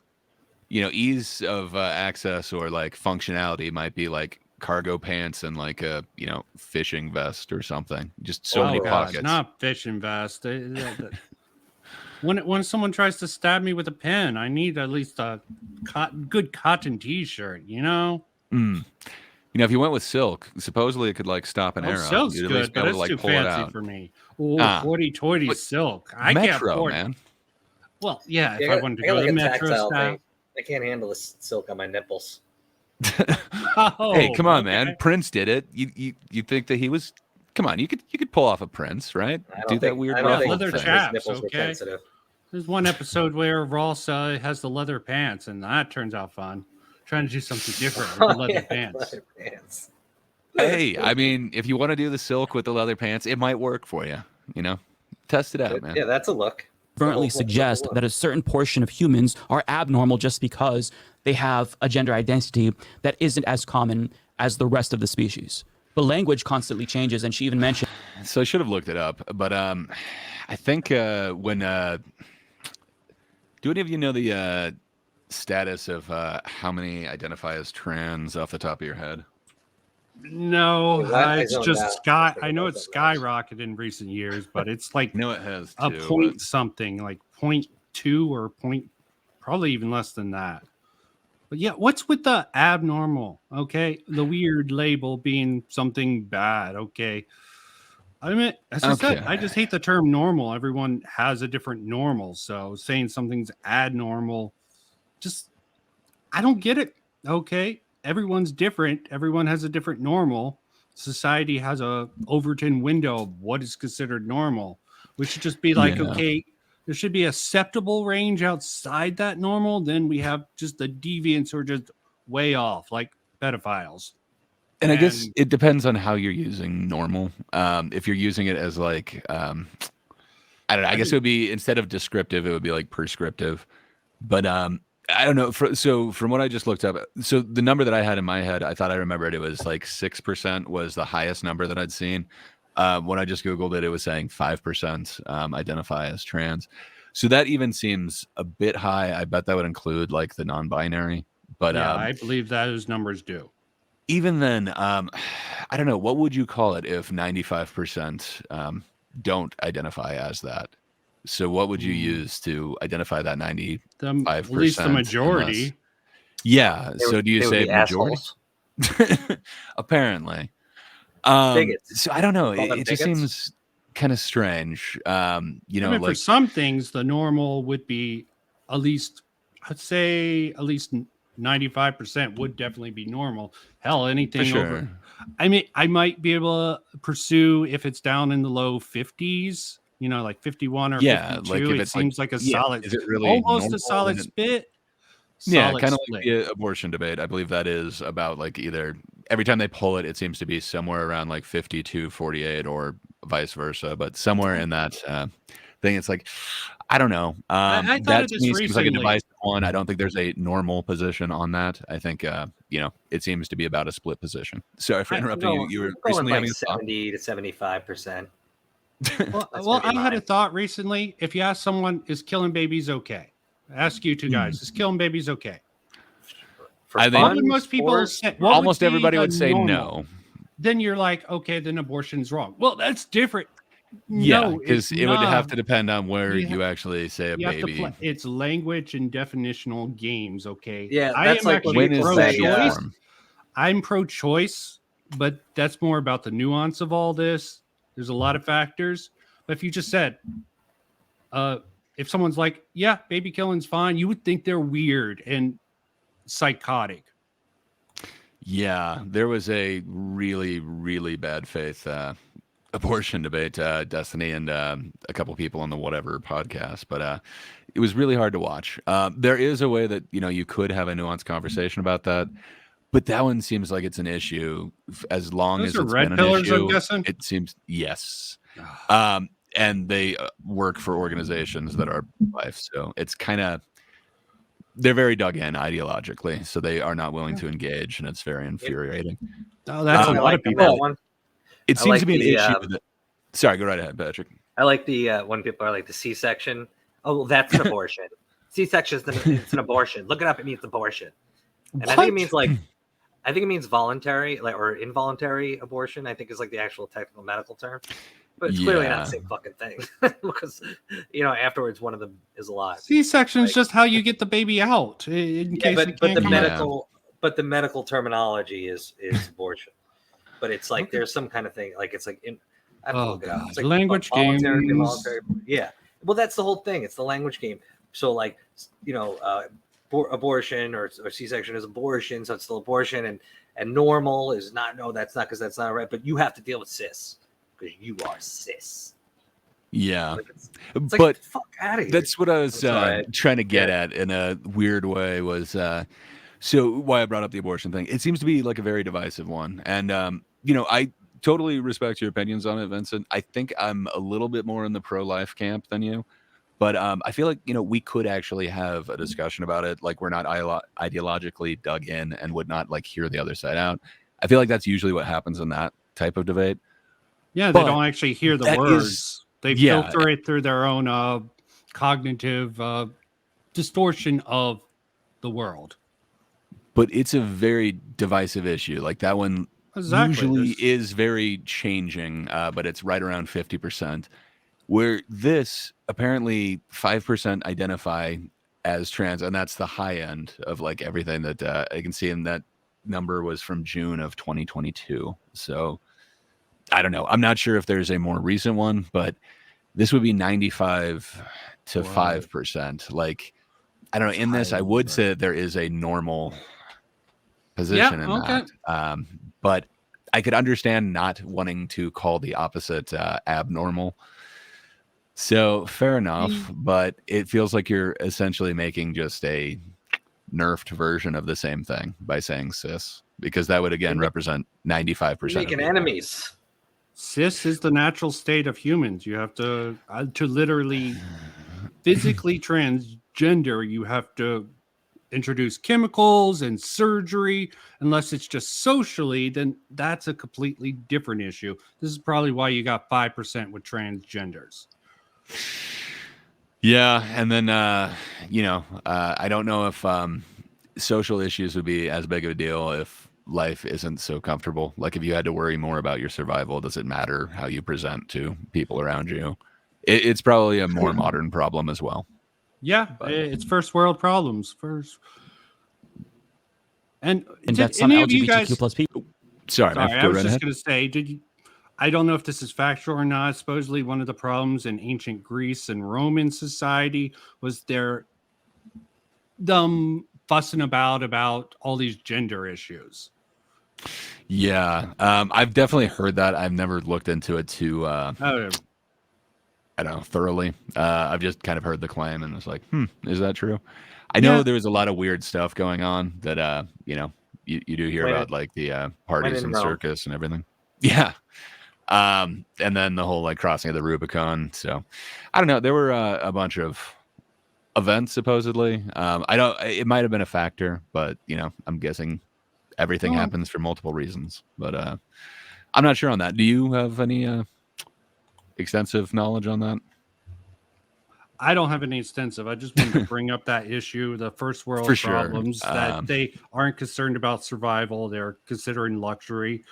I think mental health is something I take very seriously, and the way that they reduce this and how they treat it as a social problem instead of a personal problem that needs to be treated individually, especially with the Jordan Peterson, what he was bringing up. He was very hard on that he's right. The way it's saying, it will de-emphasize pretty much people who would do these sort of surgeries and evaluations for gender dysphoria, desensitize these people from pushing back and investigating if they're really trans or some sort of flavor of gay homosexuality. That was something that sort of comes up in all these debates, but let's not go too deep into that for this. This is more about censorship. Not too deep. We're getting way too much into the actual issues. Listen, I'll throw my based view right all over it. I wish that we could press the fucking pause button right now. Stop doing any of this shit for like another 50, 100 years. I'm sorry, this generation, you guys are fucked. You're fucked like the rest of us with all the bad stuff that we have. And you're just going to have to deal with the situation. And in the interim, let's just teach people and help them the best we can to make them comfortable in their own bodies until we get this to a point where we could just avatar, boom. You're right. You're a woman. You can put on your woman outfit and become a woman as fast as you put on your pants or you sign into, YouTube. So you're advocating for transhumanism. Basically, we can transfer consciousness consciousnesses to other bodies and stuff like that. Yeah, would be that's so very cool. base of you, Like- a base life, Patrick. Because I just don't, you know what? I don't trust the medical industry. I don't trust somebody who the somebody Fauci who's got, releaks like what they're talking like, about Fauci now. Yeah, but you're basically, let's just be good faith, or I'll be good faith and say that these doctors are 100%. They want the perfect life for these patients, and they think they can achieve it. But even with that good faith, it's still like, you're a medical patient for the rest of your life. I'm going to make money off of you for the rest of your fucking life. It's like, I can see that argument. Diseases are much less likely to be cured as they are to be treated, because the money, it's a way to make money. You got medical patients for life. Like, if we just wait, give fucking 50 years, I bet you we could just do it like nothing. Just a little marker, and your so dom's cool. gone. Draw up. I mean, vagina. If we could do that, that would be great. Like, I don't know. I don't think I've ever looked in a mirror and been like, yes, that is exactly what I feel like I should look like. I mean, I wonder if other people do. I know I don't have dysphoria to the same amount as other people by all means, but I don't know. If I could choose like an avatar body, like that would be so awesome. Like I would definitely, I would probably take that option. I don't know. Sort of why I What want about you? better computers. You're super into sci-fi. Would you do that, Vincent? And it sounds like Patrick it's would hard. be based I would in like the testing and the research to be done. Sort of like, yeah. I mean, you might just be not putting yourself into a meat grinder, and then dying form and of just a you copy is of there. me. It's very complex. This is sort of why I want computers to actually be more powerful. If we can replicate the human brain, there's so much we can figure out and be ethical about that. Create basically a digital version of a human, and you can explore, make various changes on an individual level to treat a lot of problems, or to sort of put us in the direction of how to do all this stuff. 3D printers for new bodies, maybe. That would be so cool. Base I'd be way down bodies with that. made of synthetic material. You It's know going what to the happen. the sci-fi ethical issue I think would be here would be that, like, let's say we did 100 years, we jump 100 years in the future, and we now have the technology to just change you from a man to a woman. We would probably also have the technology to cure it. Like, and I know probably that is a 50 huge people say dilemma. cure it. Like, Probably if it is something no, biological, cure it, yeah, but like if you could treat it, I don't know. That is is a weird that- ethical is that thing. the So ideal people are outcome? calling that also some sort of genocide. Yeah, Yeah, thank that's you, a Vincent. genocide. I That was is blanking on that. insane. So I'm trying to I don't say, know. if there was a pill, someone said, if there was a pill to get rid of your gender dysphoria, Mhm. would you take it or not? Most people, Adam and Stitch talked about that, but Yeah. that would be considered part of the transgender suicide. It's just a thought. It would. Yeah, genocide. I know kind of the deaf community has also labeled that. At least some portions of the deaf community have said that, yeah, that would be, if you had some way to like cure that, cure deafness like in utero, or make a decision, it would be considered, genocide of deaf people. Yeah. I don't know. I understand Do you guys what they're watch saying. Scrubs ever? Ever watch the school show? I did Scrubs? back in the day a bit. There was I know one of it. I've never episode watched where this parent who was deaf, and he had a child who was deaf, and they were talking. They're like, "Oh, there's this new surgery that can give your child hearing back." And the father who was deaf was hesitant to do it. It created a bond between the child, but it wasn't framed in this genocidal, frankly insane language games that they used to sort of make a moral panic. There was a really good movie that was kind of similar to that too. I think it was called, Mr. Holland's Opus, I think. I think it's like The Speed of Sound or something like that. Okay. It was just a few years ago, but Yeah, Mr. Holland's Opus anyway. was about him a music teacher dealing with a deaf child in the end. Sorry, got that backwards. It's not Speed of Sound. I'm blanking on the name of it, but what's it about? yeah.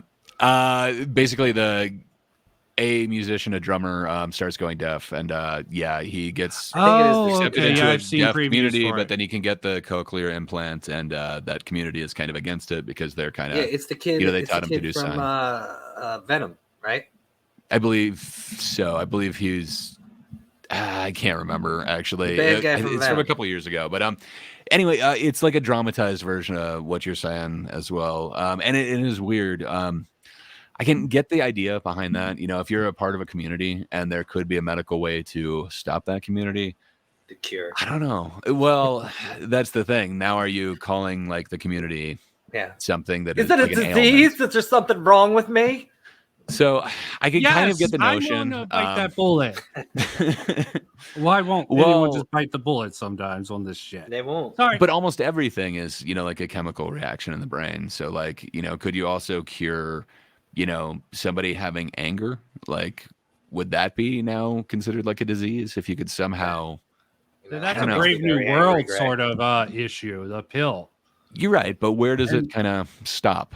Like, okay, so you could possibly want to be stop angry, dysphoria Gray? in the brain. What if could you then change like sexuality or something like that? I don't know. It just seems to keep moving. Angry? Well, you should enjoy it. It definitely is nice to be fueled in different ways, for sure. I know that's my that's my base take. Is that why go that direction? It just seems an extreme direction to go, and I don't have these problems in my life, so I don't. It's hard for me to really say. Like, I don't know. Like I've referenced my boozing days a lot, and I had to give up alcohol the hard way, cold turkey, and the thought of not having alcohol was terrifying to me. Like, I mean, it was all encompassing. So I could imagine if it was like you felt someone felt a similar way, but it was about. You're saying like if there was a cure out there, a temptation out there, it would be too much to take. But this is for a positive. Alcohol was. Well, no, what I'm saying. What I'm saying is that I know what it's like to have like an all-consuming thought that doesn't leave you, that plagues you nonstop, morning, noon, night. So to have that all-consuming thought be, I'm a woman and I'm stuck looking like this. I can imagine that it would be so taxing. What about ugly people? You think ugly people want to be stuck in ugly bodies or disabled people like Ricky Berwick? What's that like, Vincent? Hey, I'm not that deformed. There is a Come reason on, man, get on show camera. myself. Face. Eventually, okay. I got too many enemies. You make enemies who are as immature as me. Well, you got good friends too. I have much bigger enemies. It seems like I pick fights with bigger people, and I hope I won't pick fights with other bigger people and have them on my nuts. I punch up. Okay. Sometimes. Yeah, I don't believe in your power dynamics, Vincent. I don't know. I can't get on board with you on that. See, I don't care about the power dynamics, but I know, but I just threw that label on you and then wanted to walk away from it. Thought it would be fun. Let me just leave this right here. I would rather punch up at real issues that I see than just petty concerns. But sometimes you got to look at the problems at the bottom to figure out the problems at the top. Fair enough. Okay, so we're almost done with this take, and then there's one that's a little bit more vitriolic, but also on the anti side with calling it a slur. People aren't even really satisfied with terms like cis and trans because it doesn't adequately account for the people that don't fall within the gender binary. And currently, trans is sort of an umbrella term that also encompasses non-binary people too. But it's possible that language evolves with time as well. So non-binary people are also accounted for in the language that we use. But for right now, cisgender is not a slur. But because transphobes like Elon Musk insist that it is a slur, well, people are going to go out of their way to remind him that he is cisgender because that's just what the internet does. So in closing, Elon Musk is cisgender. That's a fact. Facts don't care about your feelings, Ellen.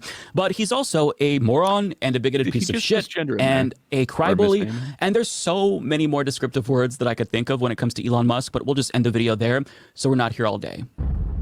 Yeah, I don't know how he got to the cry. The not head of Twitter, but like head of Twitter. I don't know how he got to that. Well, he's not just accepting the label. He said that he has to twist this. He's even calling him a transphobe, just discussing these issues. I really hate this poison in the well. You're discussing these issues out in the public. You're a transphobe. You're criticizing. Yeah. It's just insane to me. Well, that's just one of the reasons why. Don't pause anything. What does it say? YouTube channel member, executive producers, Xeno Dragon, and the gay actual fandom dragon. That's how I'm reading that. I didn't know that he sponsored TYT. Nice. He's moving up. Nice. AF might not be related to actual fandom. It could be S. No, that's all. No. Did you see his new logo? That's gay ass effer. Dragon. Maybe Dragon, I'm just relating it back Xeno to Dragon. Xenogender. There's a lot of dragons in there. But also AJ. We never responded about AJ. Who cares about AJ? AJ's a loser, okay? Poor guy. Or she, sorry. Twitter, Elon Musk, who is, again, a free speech warrior and believes that, everything is fair game and we should say whatever we want, has decided that actually, there's a new word that he does not like. In fact, he has deemed a new word a slur on Twitter. That's what he's saying. And that word is cis or cisgendered. Again, which means someone whose gender identity. Well, he did say that if you repeatedly harass somebody with it, that you might get suspended. So, is there any examples? Okay. So certain people have had their tweets reported, but if they haven't made, a pattern of it or haven't done it repeatedly to harass someone, I don't believe any action has been taken. If you want to call it a pattern, like a sensible standard. Sorry, that seems like what's happening. I mean, from everything I know, they're blowing this one tweet out of proportion when he's just sort of discussing it. Could have been. Yeah. There's a lot of things, a lot of stupid things Elon's put out there on Twitter. Has he taken action on it? There's a lot of stupid things. A lot of people have put it out on Twitter. This isn't the first time where people have started going back through other people's past Twitter and started reporting them on things when the platform has changed on what its terms of service are. But how is they're not even getting into how Elon's going to handle it. Yeah, I understand the argument you're making that sometimes when the rules change, they go back, but it seems despicable to do. It seems like it should be, the rules have now changed, so anything from this date forward, it seems like that would be the honest way to go about it. I haven't heard of the way anyone criminality is, no? Yeah, I believe so. I don't think they can go back. A crime if it wasn't a crime when you did it. Yeah, I don't think so. But every once in a while they come up with a Alec Baldwin. He's not getting charged because at the time, it was not a crime. No. Yeah, but it is a crime now, whatever it was they charged him with. But at the time, it was not. So the law changed. I have not looked into that much. Just that is a tragic situation. I heard that on the news. Well, you were very more informed than us, and you sounded compared to speak. Or you're a bigger Alan Baldwin fan, at least. Yes. Or hater. I like it. Did you just call him Alan Baldwin? They did. Whatever. Wait, you're saying you're not the biggest Alan Baldwin fan? I'm not. No, Patrick keeps up with him. I just found it fun the way. I think he's like the one that nobody talks about. The trans one. Oh, could be. One of them trans? I don't think so. I think there's a Christian one, Steven. I can't remember what the other ones are doing, but one died. Too many. Yeah, I think. The one like the Kennedys of Hollywood. There was one in Vampires back in the day. I don't know if you remember that awesome James Wood one. Oh, it was so great. Yeah. So bad it was good, though, okay? You still accept it was horrible, but so bad it's good. Yeah, I liked those ones. But the one guy from that Quentin Tarantino movie. What, Dusk Till Dawn? Oh, no. I think he's a different one. It's got that whole scene with the Reservoir Dogs. Yes, Reservoir Dogs. Oh, okay, sorry. He's in Reservoir Dogs. He's the son of the gangster. Isn't that a Baldwin? I think you're right. He's a Penn. Isn't that? You're right. He's Penn's a Penn brother. He's yeah, a fat Penn. He was. No. I think all the Baldwins are still around, but yeah, they're right. they're lucky they can get good representation. I don't know if all of us would be as lucky in similar situations. Probably not. But yeah. Uh-oh. Okay, good faith. Girlfriend text messages. Sex assigned at birth, right? So that's what it is. That's all it is. Not a trans person, of course.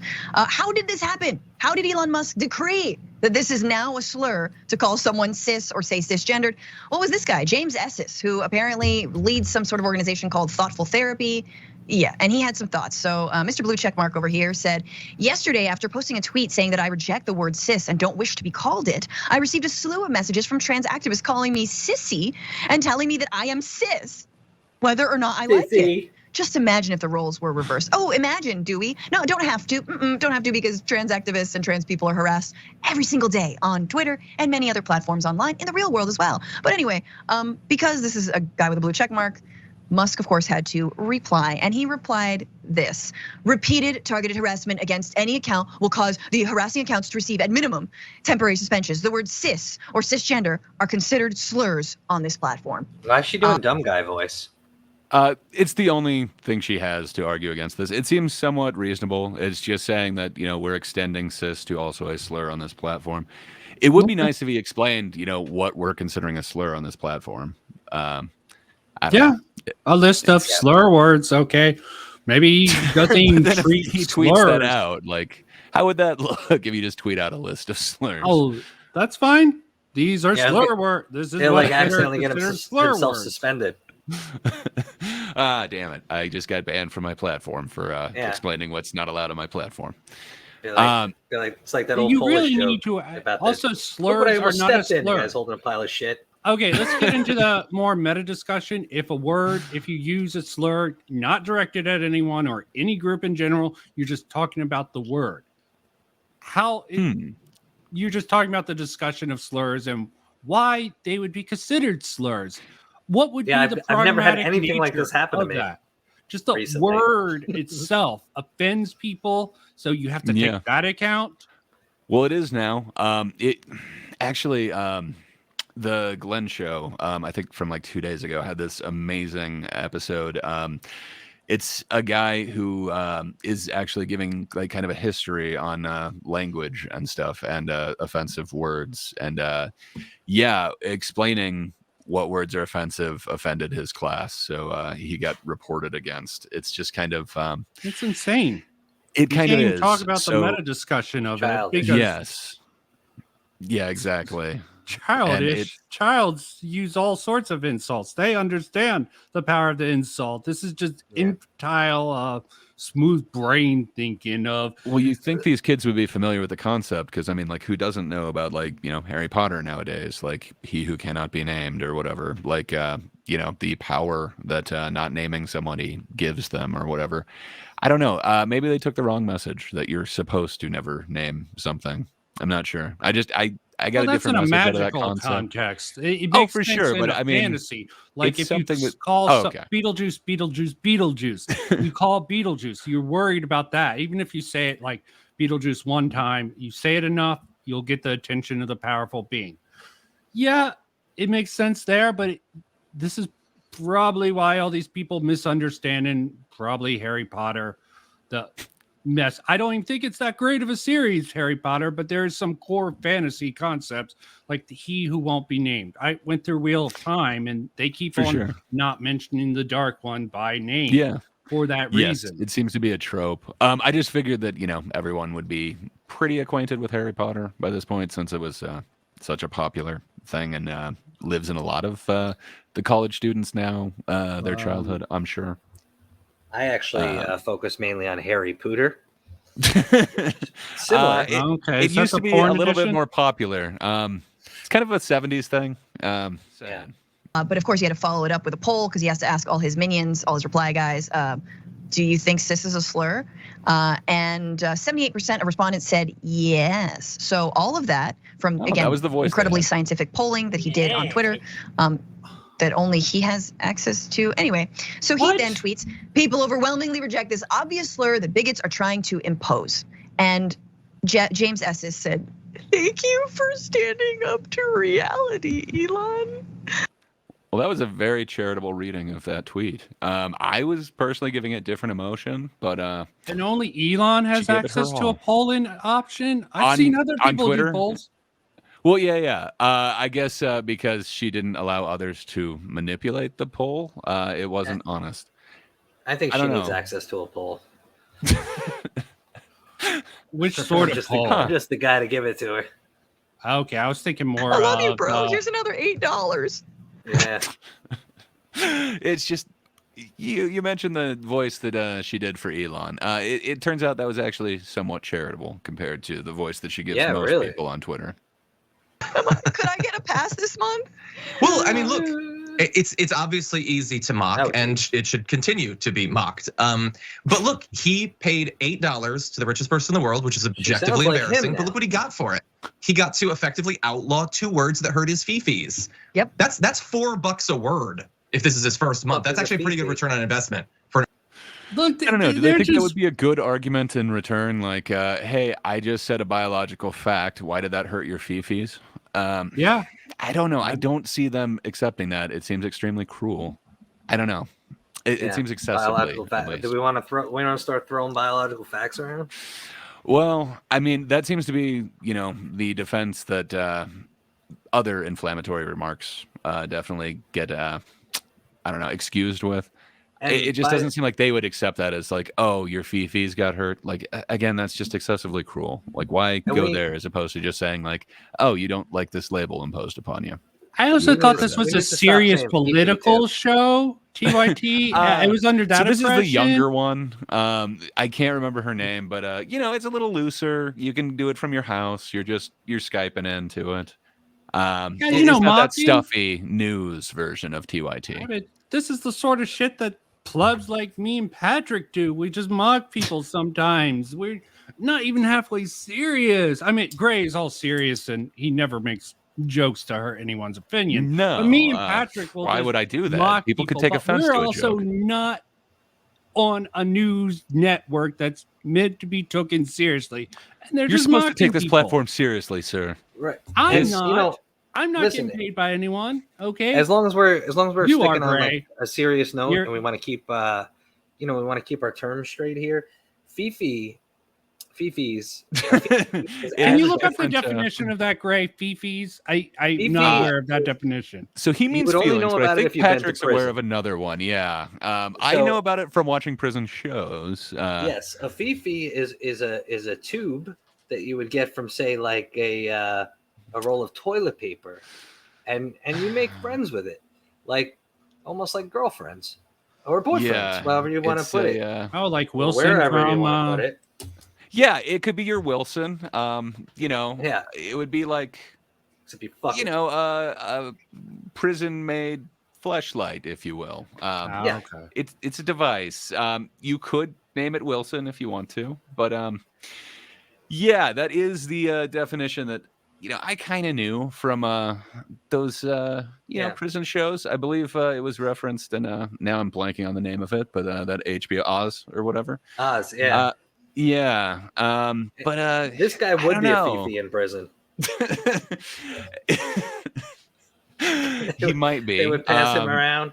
But Fifi. No comment. I believe he means feelings. Things kind of change over time, but that is a prior definition of that word. Overly sensitive little guy. Here's what I don't get, and we can throw up graphic 7. Remember when Elon took over Twitter, neo-Nazis, anti-Semites, and the N-word, just flooding the entire space, just profanity nonstop, slurs. And it seems like, again, if it's a repeated pattern of it, people were getting, suspended or banned from it. I know there's quite a few still like high-profile people who are getting, banned or temporarily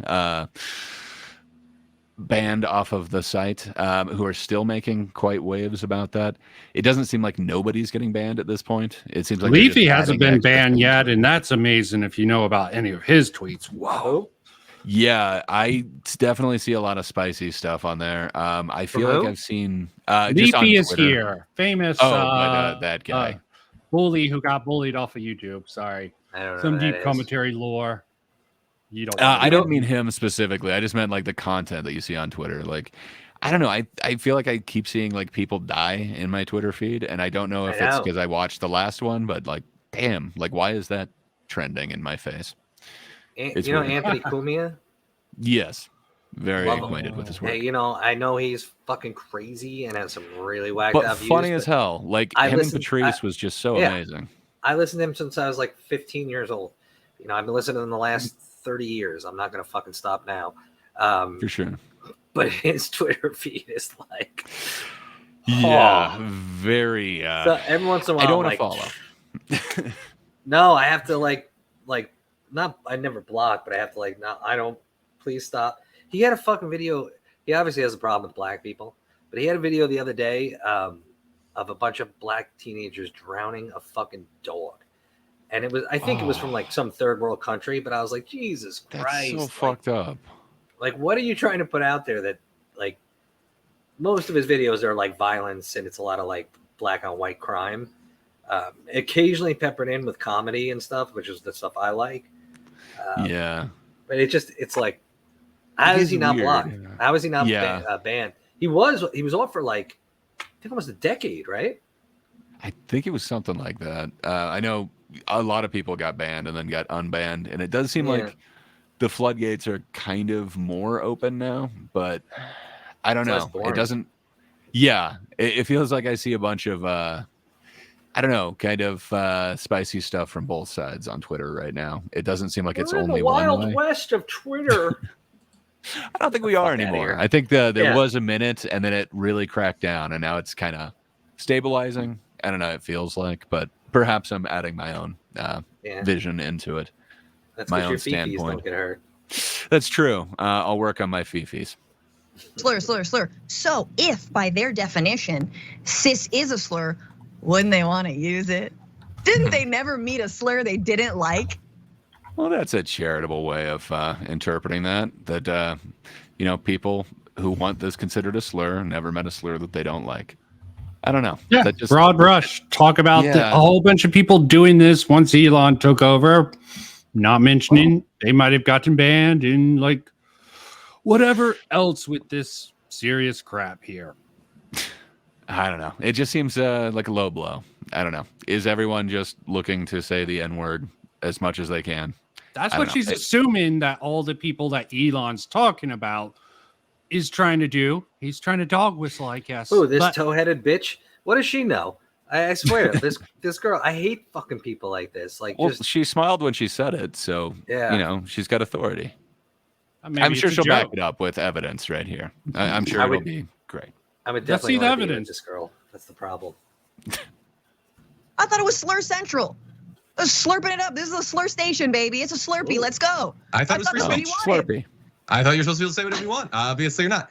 No, look, the issue for me isn't so much this guy. This guy is one of, there's thousands of this guy out there. He's the same as other guys. It's that Elon Musk, again, immediately replied. Elon Musk presumably is on Twitter right now, as I'm saying this. He is just searching to see if people have tweeted at him, I guess, if they're just tweeting certain words all day long. Like, you might think that if you had billions of dollars, you would be happier. Not so fast. Maybe you would just spend all day on Twitter, because he certainly does. This is what he does. He replies to guys. Well, you don't understand. Like he's this, bad. He James, has money. Who I've gone to his profile now. It's a thing about safeguarding children, so I have a pretty good idea of who he is. Someday his name will come up in the news again, probably for something that doesn't reflect as well on him. I will also say this.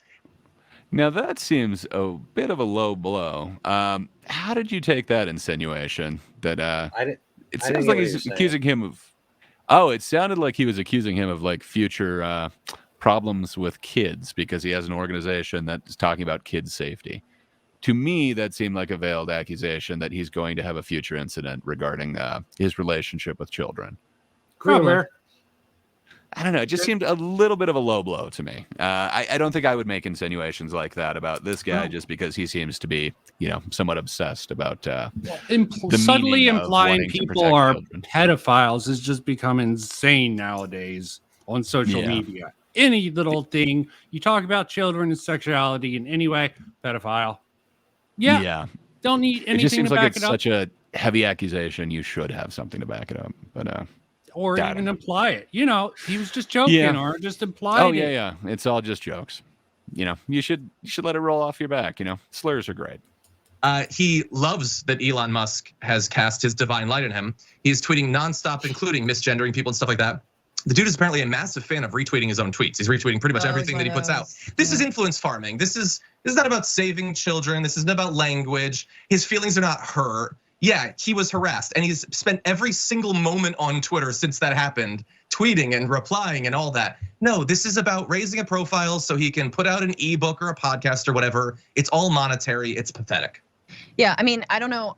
I just want to clarify a little bit about cis also and that terminology, right? Like, I guarantee you this guy's not been called cis. Guarantee you he has not been called cisgender. I think a lot of times when I say the word cis, it's to explain privilege, basically. Like, if you are cisgendered, like you have a certain amount of gender privilege, right? Whereas trans people do not have that privilege, but it is not. So it's just to show you that, you know, you think you are above somebody else, even though perhaps you didn't look at it that way. Now you need to look at that. There's a hierarchy. You're an oppressor. It's very bad.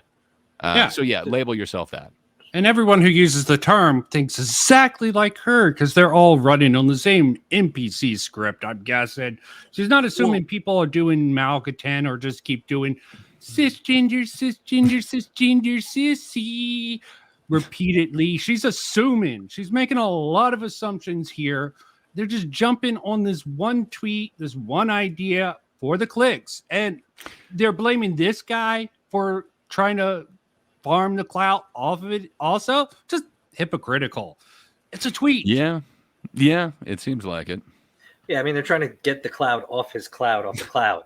Like, it's cloud again, like mocking him for not having anything better to do with his time but respond to this, and then don't they have anything better to report on than this? I don't know. Could you not keep going down that same road? 15 minutes of fame. If he keeps on harping on this in the future, a little cringe. But if he's just making this issue, want to do some talk about this term, should it be a slur? Should it be used? Blah blah blah. Harassment. Yes, it. Yeah, let him do that. If he continues to harp on it later, make fun of him later. But now you just seem like you're jumping on something, the bandwagon. Yeah, you got to strike when it's hot. Like that bandwagon's going to leave you behind if you don't jump on it. Yeah. Not a common tossed around terminology that everyone is being called, right? And so the fact that he's pointing it out, that it like triggers him, is again why he then got trolled. It was this. Let's go to graphic 9. It was used in regards to sexuality in 1914 by a German book on sexology. However, the word cisgender was first coined in 1994 by a grad student who, in an article for Huffington, from this article in Huffington Post, she said she was working on a paper about the health of trans teens. She needed a term for the opposite of transgender and looked to chemistry for inspiration and landed on cisgender. And cis is a Latin term that means on the side of, so on the same side of, usually in geography. For example, the region between the Jordan River and the Mediterranean Sea is called Cisjordan. Who knew? But that kind of neatly. Okay, so I looked everywhere, far and wide, for some sort of pro position, for some sort of position for, yes, this is a good thing that this is being labeled a slur. For some reason, I couldn't find anything with any of the kind of mainstream right-wing publications or channels. They don't care. Could find. It doesn't seem like it. But I did find an argument that I haven't heard before as to why it's a good thing that it's pro. So this is Graham Linehan. And his podcast. How big is it, by the way? It's definitely multiple thousands, but it's not huge. It's definitely no Daily Wire or anything like that. But he is definitely in the UK, so this isn't American politics.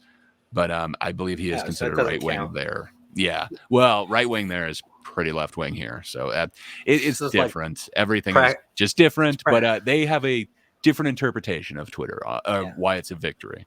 Okay, we actually did say was our title, so we better bring it in quickly. Yeah, we've got some exciting news in case you've been living on Mars. Yeah, which is that Elon Musk has actually come out and said that he considers, and there's a nuance to this that we need to talk about, but he says he considers it a slur, and if it's used repetitively against someone, those people will be thrown off the site. And I think that I don't think that the throwing people off the site is what anyone wants, but I do think it's great that by introducing this subject into the mainstream, you know, because this will be news now, unless if they were smart, all these journalists who are pushing this stuff would actually not mention it. But the fact that now the word cis is becoming controversial means it's going to have to be addressed, and you're going to hear a lot more people saying, "Fuck you, I'm not cis," you know, which we've been saying for 5 years. So I'm really looking in the forward. last hour, was it J.K. Rowling chimed in on the word cis in a perfectly eloquent way, and Elon Musk responded in total agreement. So you can imagine Pink News is having like the biggest meltdown. They seem right so triggered by this. Don't you agree? And this is the best. It was the best example of it that I could find, but I don't know. Their reason for it, it doesn't seem to match up with just wanting to scream the N-word. But I don't know. Maybe they're going to hit that a little bit later. I'm not sure. I mean, Only time will tell. They keep the two videos you had before saying, all these people are all just triggered. This does not actually seem triggered. They're discussing this. They're going into the details why this might be a good thing. And we'll see what arguments for why they have it. Yeah. Being read in their offices right now. Yes. And you know what? It's really interesting to me, because I remember when I was banned, and when I was constantly dodging being banned, you know, every day I'd wake up a little bit stressed thinking, oh, have I been banned today?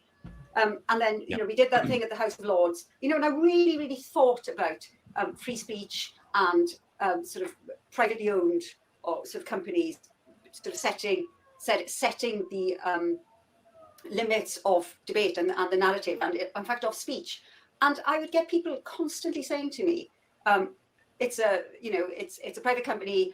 If you don't like it, go elsewhere. And I would say to them, have you, you know, can you not consider that at some point the tide might turn? And there it is today, you know, and so very quickly we've gone from not being able to actually even say that man or even male, trans woman is a male, to us being able to say, oh, look, you know, cis is a slur, ban this person. Now, I am massively not in favour, I don't think any one of us is here, massively not in favour of banning people just for using cis.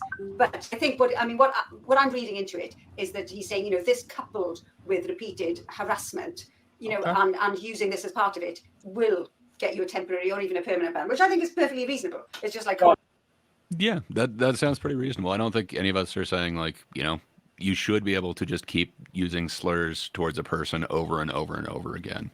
But Gray, they're using good faith to a rich guy. How dare you give a rich man who owns Twitter the benefit of the doubt?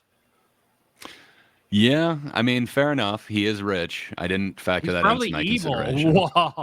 Probably not as evil as me, but you know, that's a big deal for these guys, right? Being rich, like if you're rich, you're automatically bad and evil. It seems like it. That seemed to be the biggest argument against him. He's a billionaire. All the charity they give, or how much their money's tied up in actually improvement. As much as I hate not Elon Musk, Jeff Bezos, with what he's done with a lot of the fantasies he's acquired, he's also making cheap space travel, and I think that's rather based. Okay, yeah, I mean, I guess they both kind of are. Isn't that also Elon's deal? Yeah, the SpaceX thing. Elon also, but he didn't destroy a lot of classic fantasies on his.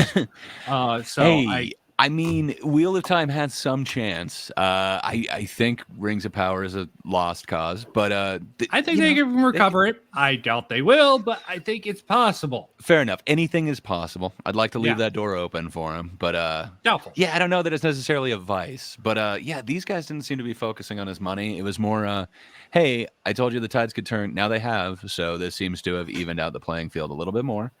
But the argument that I'm hearing from them is, hey, this would actually mean that we have to have this conversation now, because it's being brought up that, hey, a lot of these people don't like this ID that you're throwing on them, this label. Sort of like the cracker discourse on Twitch. Yeah, which again, it kind of makes sense. Fair enough. You know, I could understand why somebody would be offended by it. I don't know that I necessarily am, but perhaps there's more to their argument. I'm not. But I don't care about what stupid people have to say. But that's besides the point. I don't know if they're really stupid, because I mean, I'm kind of in the same thought process that I think that's why Elon did this, to force the word out there. Oh, yeah. I'm not calling Elon stupid. No, I mean these people. I like their accents though. I don't think these people are stupid at all. I feel like they explain their position very well. I might not agree with every bit of it, but I would not call these people stupid at all. No. Yeah, because I mean, Sorry, it does it forces the conversation. Like it. Yeah. If I say like, no, don't call me that. Don't call me cis. I don't want to be called cis. And it's like I don't like being called that. And then it's very easy to turn around and say, yeah, I don't like being called a man because I feel like I'm a woman or whatever. And then it opens it up and it's like, okay, well, I get, all right, then fuck you. But like, it's, I think it was super smart. And I think anybody who doesn't see it is a stupid bitch. Well, I'm not going to say it's super smart. It's very optically autistic, but that's Elon in a nutshell. Yeah, like I mean, he does have some very good to optic save those moves. people. Super smart. Like scrotum, here it is in a nutshell. That can be used, like turf, you bigot, whatever. It's like, I don't think there's anything we can look to in the past, in history, to come up with a prediction of what this is going to look like in the future. I think we're going to be creating a brand new template for how to fix a giant mess that we're in. And can I say that cis as a word is like a key Jenga block for this whole thing, and that's why they're so angry, because cis normalizes the inversion of reality that's created by trans women or women. Like without the word cis, they have nothing. I noticed, for instance, Katie Montgomery, every single tweet uses the word cis, and there's just this desperate attempt to make it a real category, because if it's a real category, then they turn into real women. Yes, actually, that's true, isn't it? I hadn't thought of it that way. In fact, I've seen the argument. That's a little out there. I mean, I can understand the argument he's making there. For sure, I don't think he's making it out of bad faith. I mean, I understand the argument.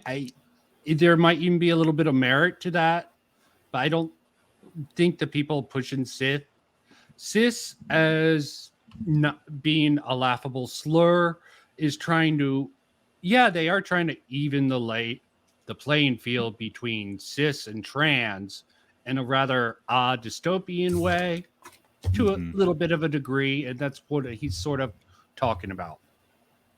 I think so. The arguments, and this looks on the surface like a reasonable one to use, and therefore it's like a meme. It gets passed on. Yeah. I often see it's not trans women that are the problem. The problem are cis men. Those are the problems. Yes. And I love that. And so What's been going on Twitter? All right, so that was pretty much the biggest pro argument that I could find, pro calling it a slur. It seemed rather nuanced. I can't agree with. Yeah, you would have to get into the minutia of it to really say if it was correct or not. At least that one statement, mostly correct. There's some nuance here and there that I would argue with them over, but it doesn't seem triggered.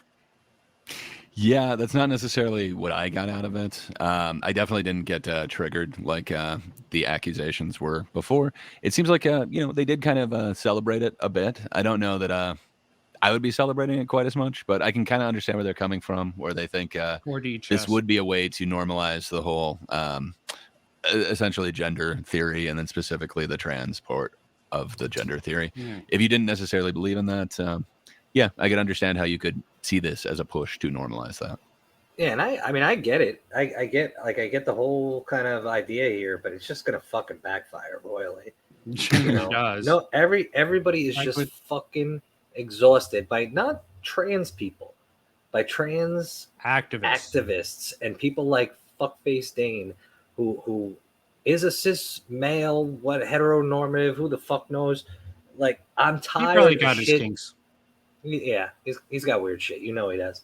But I'm tired of shit being transplained to me all the time. It's like all this transplaining, and it's like, stop. Like, you're not gonna now. I'm just at the point. I'm just fucking based enough where I'm at the point where I'm like, all right, like, just you want me to call you this? I'll call you this. I'll accept everything. But just, you're not fucking telling me after 45 years of my life what the fuck I'm supposed to call myself. So. Hogwarts Legacy boycott. That was a significant highlight for a lot of gamers, at least, how insane these trans activists are going after this game. I'm not into banning or any of that shit. I don't We should think ban trans activists. Any activist, if you have activist or anything near your name where you can be labeled as such, I feel like you should be fucking put in a camp somewhere and just given a goddamn computer that can only talk to the other people in the camp, and that's it. You have your own little fucking world where you just constantly are complaining and making everybody pissed off at each other just within your shitty little fucking world, and leave the rest of the people to try to be like, just cool with each other. It'd be awesome if I didn't have to fucking worry about what somebody else's fucking gender is. I don't think they can't, but they definitely should be mocked and ridiculed, and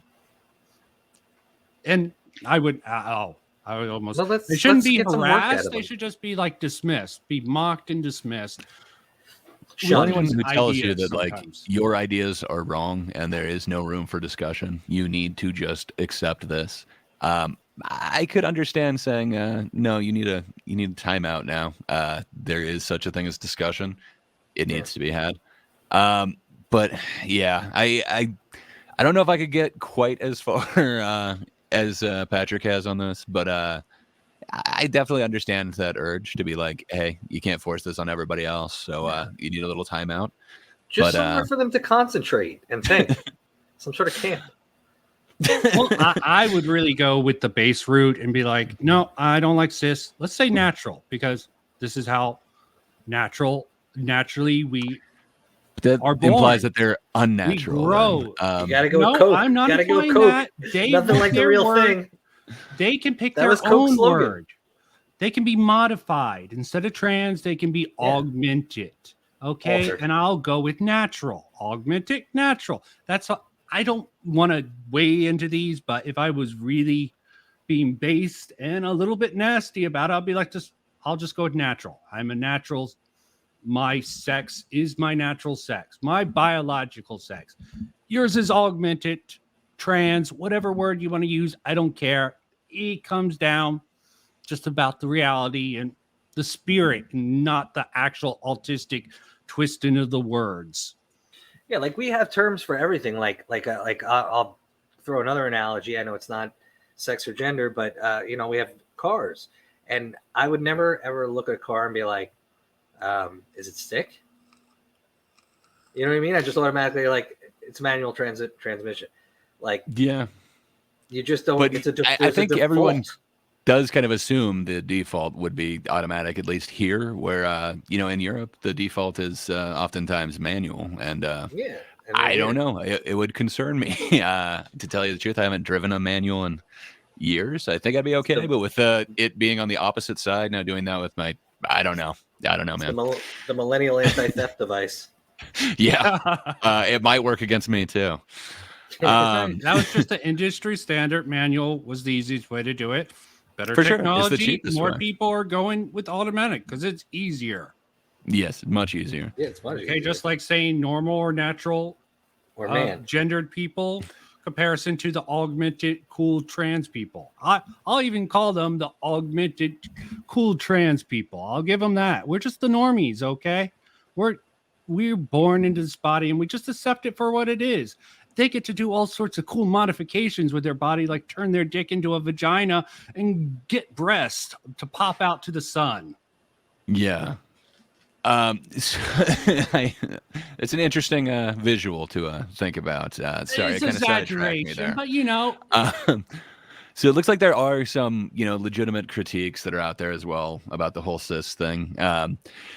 For instance, women's and gender studies scholar Mimi Marinucci, I want to say, writes to consider the cisgender transgender binary distinction is very dangerous as self-defeating to the masculine feminine gender binary. And then it's been brought up by the professor Chris Freeman as well that it just creates a new gender binary, cis, cis or transgender. I don't know. Like, I'm not sure what exactly it defeats, but by creating this, what's the utility it feels like but isn't it just the same type of definition? You're just changing it slightly. Instead of saying normal, now you're saying this is what 95% are. This is what 5% are. I don't know. It feels like it's still a binary, whether you use normal or technically it's bimodal. Even naturally, it's bimodal because there are. It's very pedantic of you, and you're correct. Mid-sex, where there are some weird edge cases where people have weird mutated issues that make them not transgender, but like hermaphrodite, and pretty much males who have really hot bodies. They're like the perfect female, but they're biologically male. They just don't develop that because of a weird thing. Yeah, because they're weird dicks. No, they don't have dicks. They are biologically male, but they grow pretty much up like female. I would have to look into that. Yeah. So I mean, like, there definitely are like intersection cases and stuff like that. And I guess they're lumping them into this whole trans thing, but I don't know. I don't know. Bimodal. Yeah, for sure. Bimodal. Sorry. You're right. I think I keep defaulting to saying binary, but you're right. That's perfectly fine. Sorry. I had a second cousin on my dad's side that was intersex, and this is going back well before any kind of gender by cisgender swap, whatever social you want. Push. Yes, social push. Thank you. I couldn't get the word out because I was staring at myself for a minute. So you're just so sexy. That's why you have your camera on. Go on. Yeah. Sorry. I always have you have a problem with my camera being on, man? That's the second time you made a comment about it. You jealous of my handsome a very attractive features? Older male. You're trying to get some female prospects like Katie in here, okay? I don't think you needed to add that qualifier in there of older. He's just an attractive male. Come on, Vincent. And that was I'll take backhanded. older. And I'll take the girl you're talking about too. But even with anyway, yeah, she's fine. I mean, I don't know if she's fine. I'm just sure Avatar is nice. So anyway, they had to make the decision. They had to make the call and say, what do you want to do here? And they will call back to Indiana Jones. They chose poorly. And I was hoping it wasn't that callback, but and this individual, distant relative of mine, had a fucking horrendous life. So I mean, it's there's people definitely that are suffering out there with these kind of things, and I just think I think it's a whole different subject than any of this is the intersex people. For sure. And I don't think anyone's saying that isn't real or anything like that. I mean, like, nobody's saying like you don't exist, you shouldn't exist, anything like that. It's just, it's kind of the different ideological push that I think people are pushing back on, not the actual the whole female the brain and male brain they bring up. There's a whole female brain, which the science of on that is pretty shaky, but I can understand the arguments for it. Would need to really get into the sort of nitty gritty of that, the female versus male brain, which that's a different issue. Not something I want to share on in life. So yeah, Patrick had to leave, but I figured we'd want to end this with something a little bit different. So we saw some very negative views to this being a slur. We saw an interesting kind of positive or pro this being a slur view, and it seemed a bit nuanced. It wasn't what the others had suggested. Yeah. I didn't find a recent neutral position, but this debate has been going on for quite a little while. So I was able to find a Benjamin Boyce being in the voice of reason yet again. So let's take a little look at that. Is that there's a lot of people complaining about the word cis, CIS, and there's a certain ideological reason not to want cis to be assigned to you, and then there's a certain ideological reason for the desire to assign cis to people. I understand that, but a word is a word, and that's what I want to talk about. So the first time that I encountered the word cis, it was at the Evergreen State College, if you can believe that. It was in 2013, I think the fall of 2013. It was during the Are you familiar with the whole Evergreen situation of Benjamin Boyce? I figure you probably would be. We seem to have looked in some of the same internet circles, and it was quite a huge thing kind of changed everything. But how could you avoid it? I used to really like Brett there. I sort of like his brother a little bit better nowadays. I used to watch the Dark Horse podcast, but sort of after Corona, he took a sort of weird direction. I mean, I can't totally disagree with him. He was kind of right about some of his things, though. Oh, he was absolutely right, but the way he went about it left a bad taste and focused on it. For sure. When he was getting into that whole unity party thing, it sounded kind of, pie in the sky, but it's like, I actually like that. It doesn't sound unreasonable.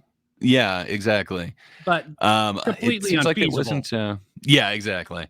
So, okay, we're both a little bit familiar with the evergreen situation, but to have that be kind of your awakening to this whole cis thing. Interesting. Yeah, that's got to color how you would view that, especially how they would have used that term in those sort of discussions. For sure. Final projects in this. Male homosexual, if that's a proper term for this individual, went up on stage and was ranting about something. I can't remember what he was ranting about, but then he started to really lay into what he called cis-normativity. And he kept on using the word cis. And in that word cis was this edge of intolerance. And it wasn't trauma. It wasn't somebody who was hurt, who was taking out his pain onto the world. It was somebody who was mean and an asshole, and using that word to be mean and an asshole. And this was kind of at the beginning of my evergreen trajectory. So I was kind of like, what are we doing? What are you guys doing? We did a lot of work. It took a lot of time for us to, develop tolerance for people. And cis is a word that gender critical individuals are, rallying against on Twitter. They're calling it a slur. They're calling it something that they don't want used or that frustrates them. And I understand that. But it's like any slur. The more that you react to the slur, the more power the slur has. Like the NIGG, hard A or soft R. I don't know. Do you think you can reclaim that? Do you think that any slur is like reclaimable? I think there are some for sure. The N word is pretty much used by that community. They sort of reclaim it. They weaponize it against other people, like just white people who are singing along with rap songs and say it. They're like, like there was one thing on stage where a rapper brought someone up to sing with them, and they keep that person just for singing along with the song, with the artist, with that they were brought up on stage for. It's just completely insane. One of the guys at Barstool Sports just got let go for rapping along with a song as well. It appears he did not mean to do it, but they even now that seems to be a nuclear issue. I think they got Papa John's for bringing up the N-word when he wasn't calling anyone that. He was supposedly he was saying that word. This was allowed to be said in the past. Yeah, from what I understand, that was the context. I don't know. It's just a word white people can't use, and that's rather it appears to be shit all around. At least to me. I don't know if I have no interest fully in get on board with word. Boyce here, where he's saying that you can kind of take the power back. I don't know if you can. It definitely seems like, the black community has, like, it seems like everyone they got the there. pass. Yes, for sure. But that pass is non-transferable. Like, I don't know. Ooh, I'm not sure. They can question your blackness for that pass. For sure. Like, if you only have how much African ancestry or black ancestry, because it's not necessarily just black people. You can consider Arabs, really, really dark skin. They could probably get the pass. Indians get the pass sometimes. How much of that do you need to actually use it? And it becomes a really weird game of percentage. How much do you have? I think could become an issue, which makes it somewhat pragmatic. And it definitely could be. It's a weird concept to have like somewhat forbidden words or words that can only be said by certain people. Yeah, I don't know. Otherwise, you're canceled, kicked out. You don't have a job anymore. Yeah. So I don't know. It's an interesting concept. I just don't see that. At least not in my lifetime, I don't see that coming to where you could destigmatize that word. I just think it's a weird one that he chose. For certain communities, it looks like it has been destigmatized, but I just can't see it being universal. I don't see that happening anytime soon. word. That word was reappropriated by the denizens of the populace who that word was used to dehumanize, and they took up that word, and that word is probably the most powerful magical word in the English language. The NIGG, either soft A or hard R word, will end your career, even worse than FAGGOT. I mean, there's no other word like the NIGGE soft A or hard R word, and there's an E in there somewhere too. But that word was appropriated by the group that it was intended to demonize or derogatate, and I don't even think that word was originally used to demonize them. It just sort of changed. As we were talking about roots, they use that word all the time. It was just the term they used for it, and it got associated with pretty much the races who had slaves. It sort of shifted after racism. They still called them that term for many years afterwards, and because of its long historical association with slavers, it sort of morphed into something. But, for sure. I mean, it's not a hill I'd want to die on, saying like, hey, that's not the history of that word. Like, I mean, like, how painful of a conversation would that be to try and go through, like, here is the actual history of this word. Like, clearly it's become, something very, very derogatory, and at one point, pretty much the worst thing you could say to, but it's certain interpretation of cracker on that same thing. If you're thinking of the cracker, and it's associated, and if that's your intention with it, it definitely could become that. It just seems like it had the zeitgeist to where that was like kind of the colloquial definition of it. But you're right. Like, I don't know that it necessarily started there, but it definitely is not used anyway positively. It definitely got a super negative connotation, and I kind of agree with what he's saying when he's saying it's like the most magical word. It definitely, like you mentioned, it could end a career just instantly, or make a career if you say the N word with Tanamojo. Fair enough. That's true. At one point, it did launch at least a couple careers. I believe that also really got Ethan off the ground as well, not just not just Ian there, but all these people who denounce their former behavior. I'm lucky that like my teenage years weren't captured on a camera. I know I did a bunch of like really stupid stuff for no reason that I wouldn't back up. So I can understand the urge to get away from that, but I don't know. It just seemed like such a principled stance that either everything's okay or nothing's okay. To then change to, nothing is okay. You need to have this one set of beliefs, and that's it. Everything else is not okay.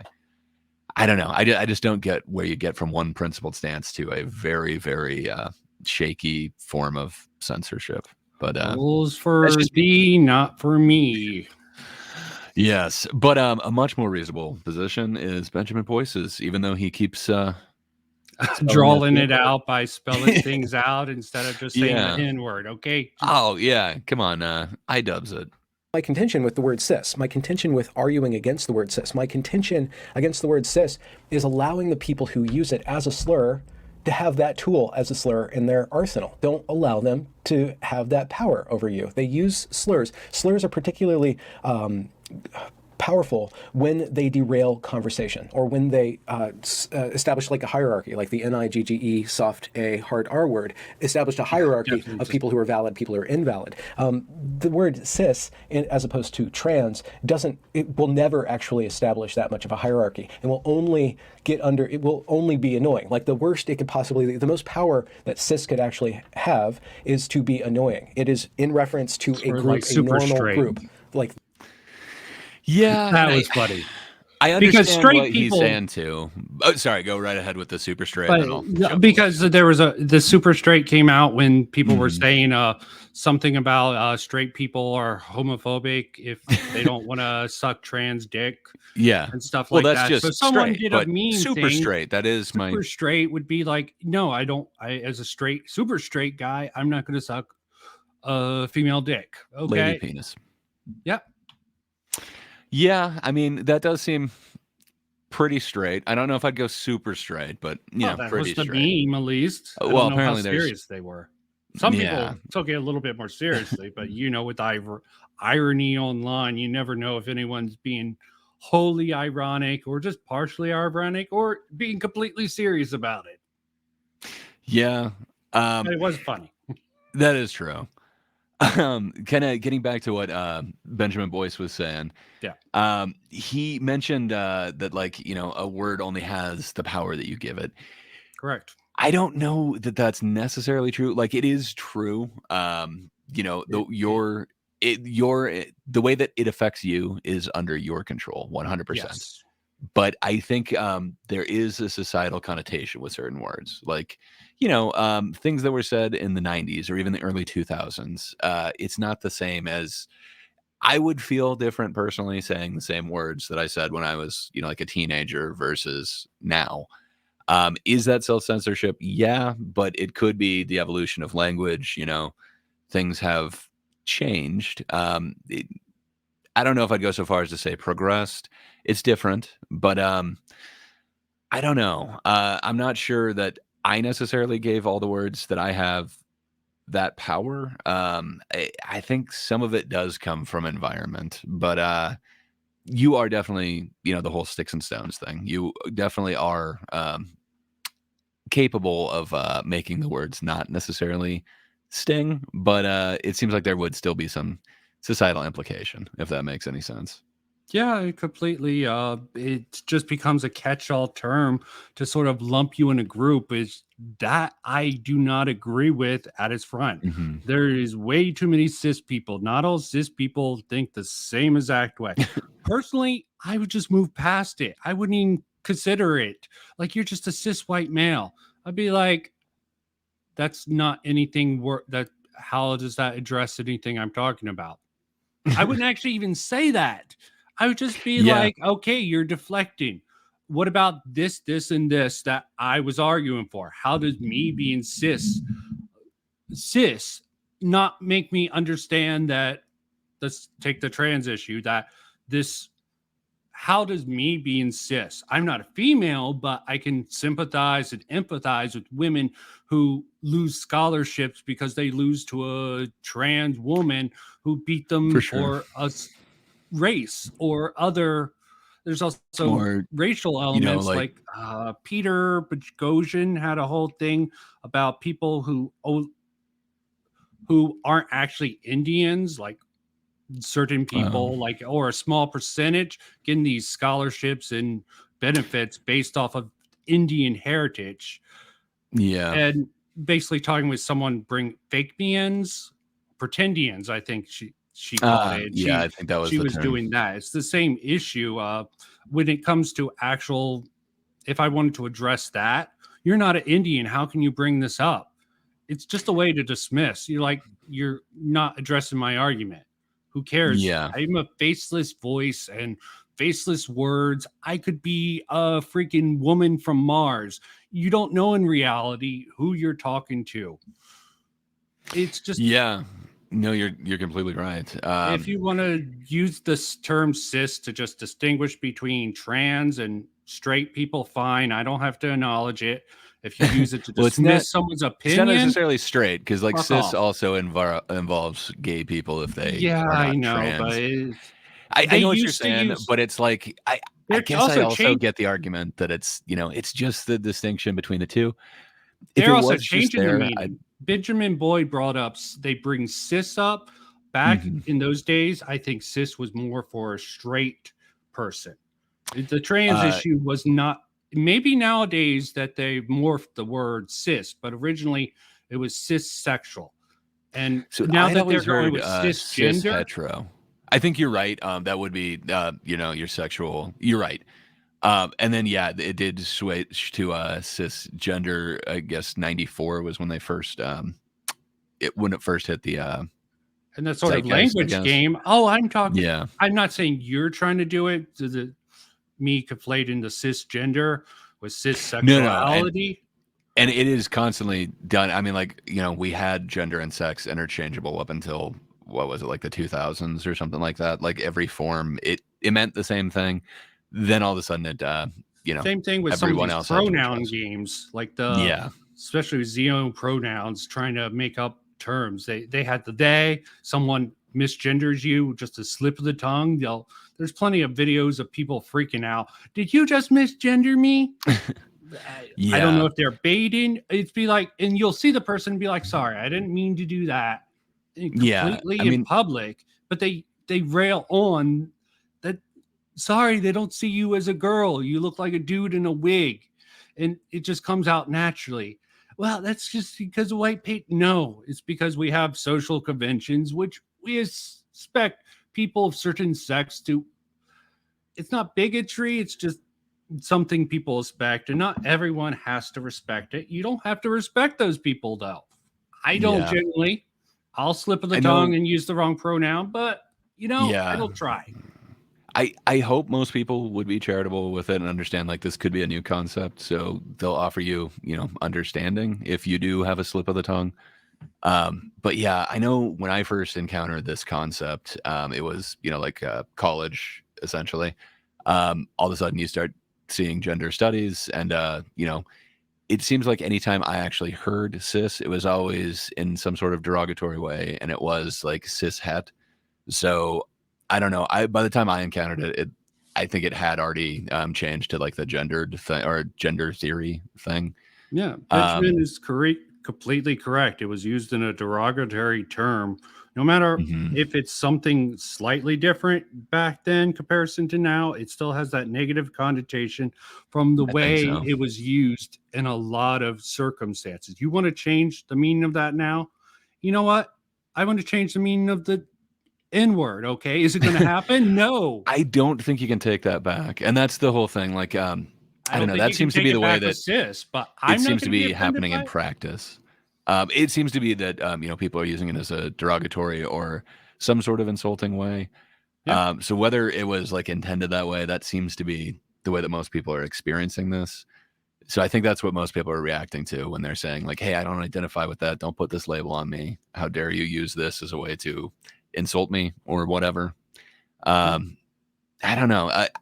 I would have to assume, but again, I am kind of doing a bit of mind reading, which is not what I like to do. So perhaps I'm being uncharitable with that. But yeah, that's kind of the way that I see most people, or at least that it's been explained to me. Most people have kind of interacted with cis for the first time is when it comes up as an accusation, not kind of, academic setting where it's like, hey, we need something to be the opposite of trans. So just like what they did with CRT. Why are you calling all this stuff CRT? They're sort of like using the academic definition I think the sort of deflect from the colloquial definition. Yeah, what's in elementary schools isn't technically CRT. This is why they switched to wokeism, and that was more effective.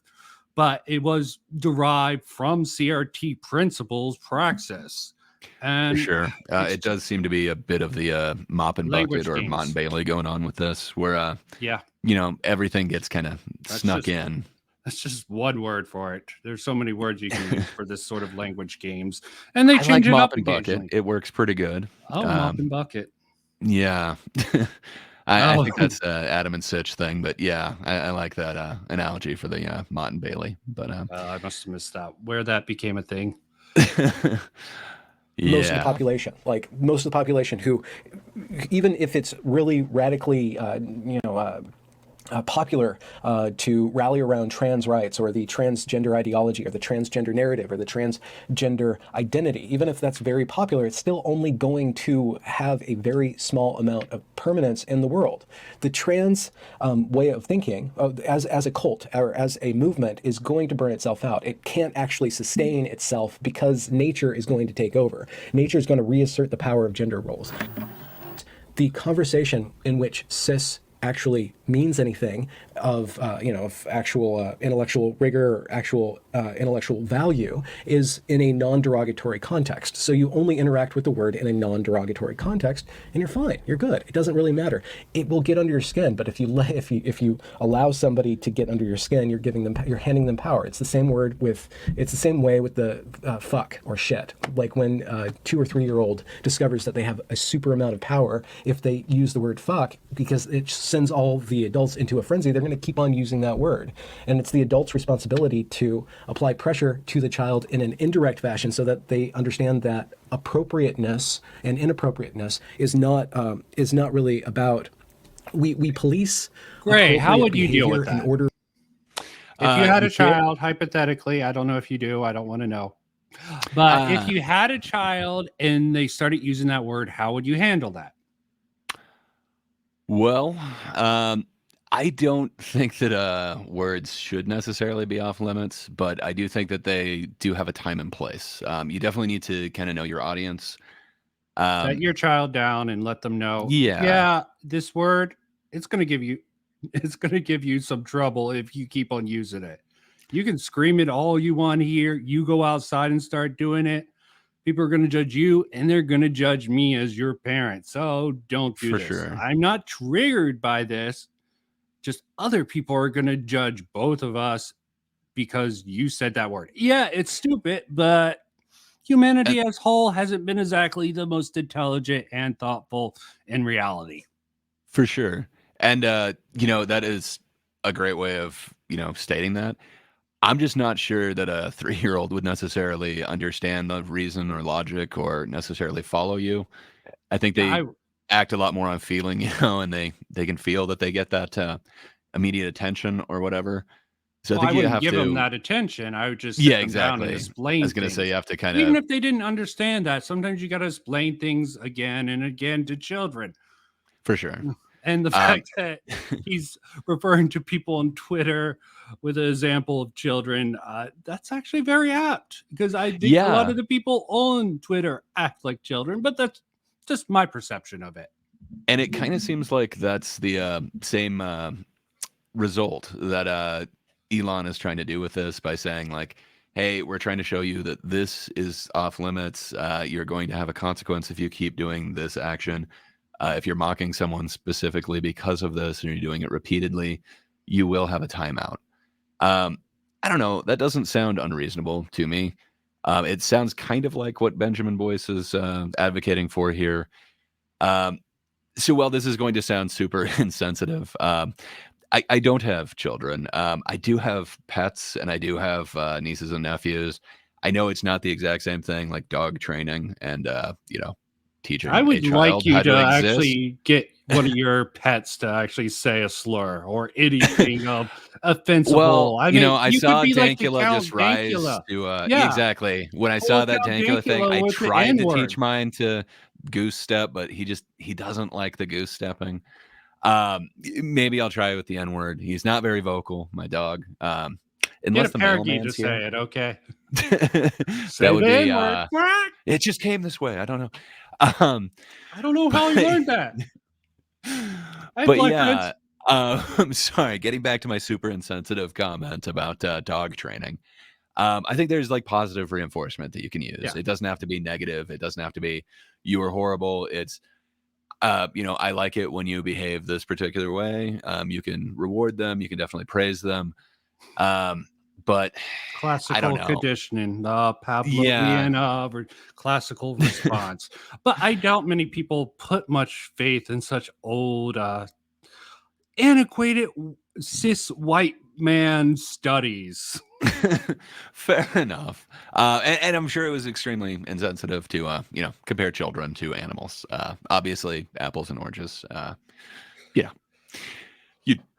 I'll leave it. I'm not going to take deeper offense. Conversations or more complex conversations to occur. That is the purpose of appropriate and inappropriate words, or designating certain sorts of concepts as inappropriate. But if you appropriate what is appropriate and non-appropriate and use that as a tool to denigrate your enemy or your tribe, or to rally your tribe around taking down a word, you're not going to be actually engaging in any sort of discourse that's actually going to persist beyond your tribe and beyond your tribe and the other tribe. Fair point. I think that is a lot of what's going on now. You've got a lot of people digging their heels in because they're saying, that's not how I identify. This isn't fair. You're just, belittling me with this label that I don't choose. And then the other side is saying, like, no, you're being a bigot because you're not using this label. I don't know. It does feel like it is two tribes kind of not communicating. I do wish there was a better way to kind of get these notions out there. I think if it wasn't such, I don't know what you'd call it, such a contentious way of experiencing what these are supposed to mean, I think perhaps everyone's perception would be a little bit different on it. So I don't know. I wish we could talk about it. I feel like most people would kind of understand, and maybe there's a better term that everyone can use and everyone would be happy with. But I'm not sure what that is.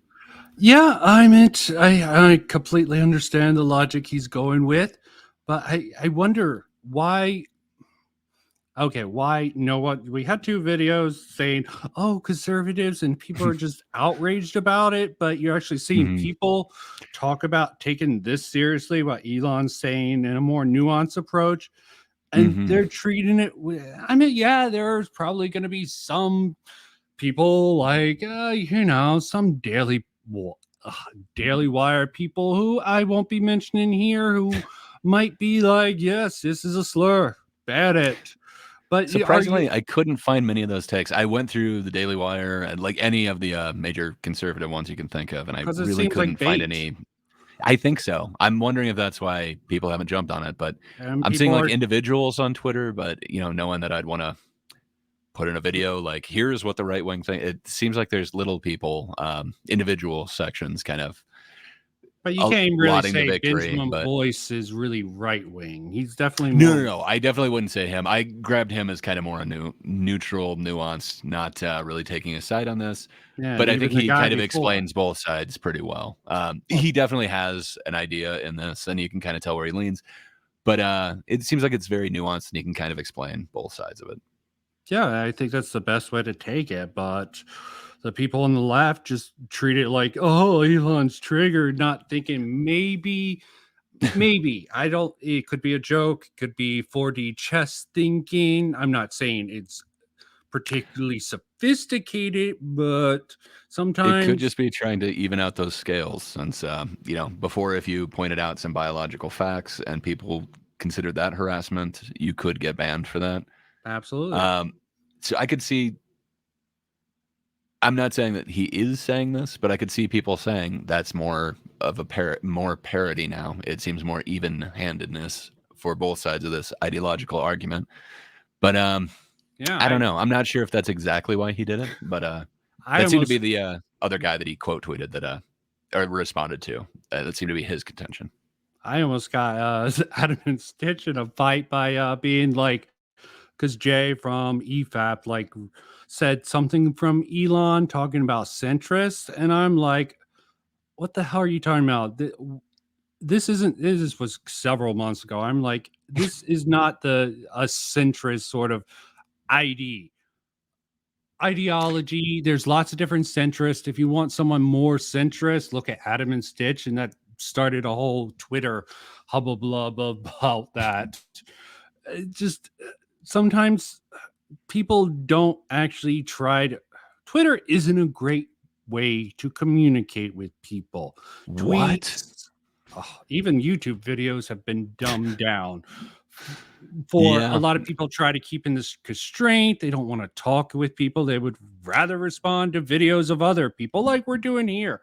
I'm sure I can't remember if we brought up the adpocalypses, but with each one of those, more restraints were kind of put on what can be said. Like, I remember the first one was like terrorist training videos, and then PewDiePie's thing, and then all the advertisers pulled out. But Adpocalypse 2 is all about like conspiracy theories and how that could have led to like the Vegas thing.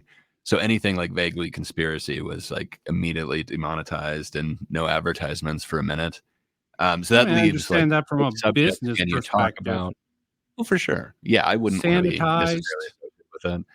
And then, like with the Adpocalypse 3 was the Crowder versus Carlos Maza thing, and that just put a whole bunch of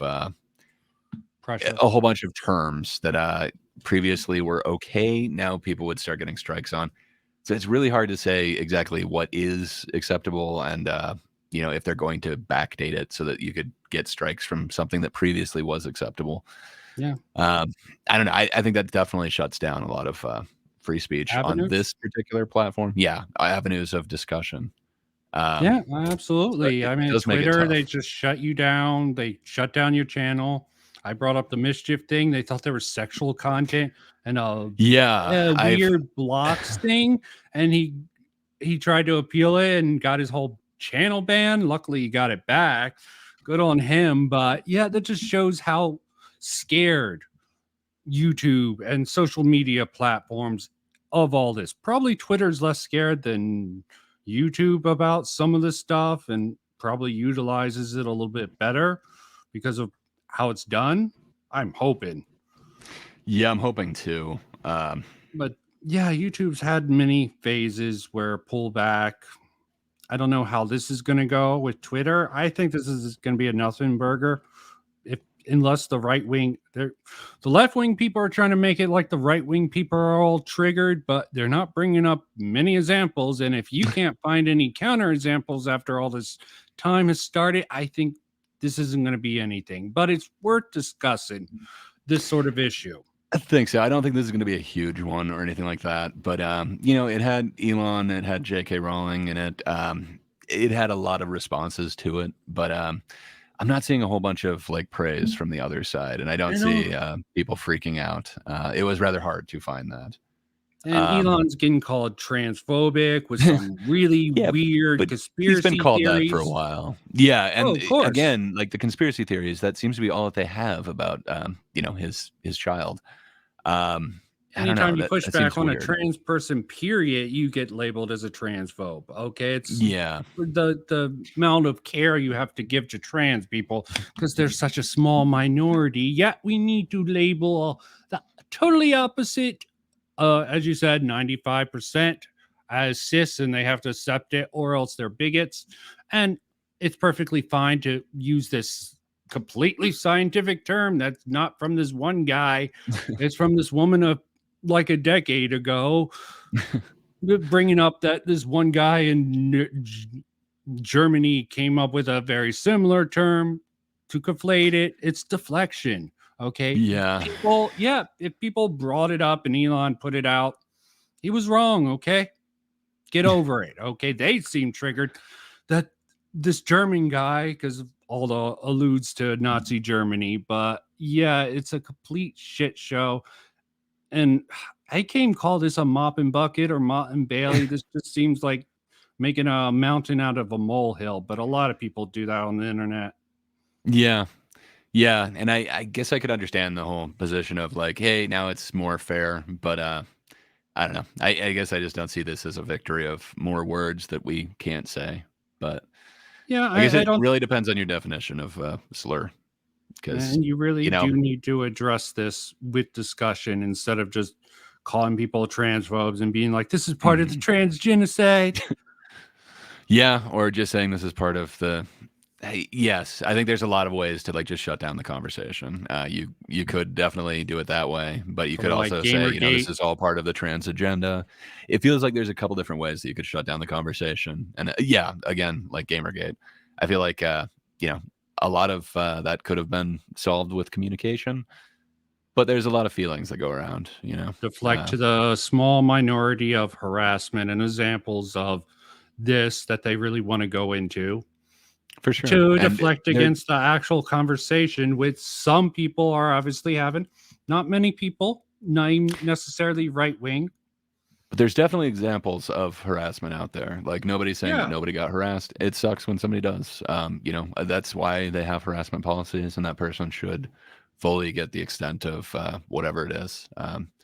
But I think it can't just be a one-way policy. Like if somebody's also harassing, calling you like a sissy and stuff, and you don't like that, it kind of feels like that would also be harassment, especially if you ask them to stop and they're doing it repeatedly, getting other people to dogpile. It feels like that fits almost every definition you'd have of harassment. So pattern of behavior to attempt to to either damage someone's career or personal life. It just feels like, consistency would be a good thing. That like, if we're saying harassment's bad, it's bad consistently. It's not just bad when it's against your side. I don't feel like that's what either side is necessarily doing, but conversation could lead to that. You could turn anything into a sort of slur. Supposedly Mueller offended Joseph Anderson by throwing out a weird line because supposedly he thought it was like a homosexual insult, and he got all mad about that and won't talk to him. Not that I think he should have, but that's something different. I mean, you can take anything as an insult. Like, for sure. Ray, you're just such a freaking pineapple with your piney hair. You're right. I really should shave it all off. You bring up a good point, but that was very offensive. If I kept on, how dare you call me a pineapple head? Let's say if I got on Twitter and started be like pineapple head. Oh, look, everyone, Gray's such a pineapple head.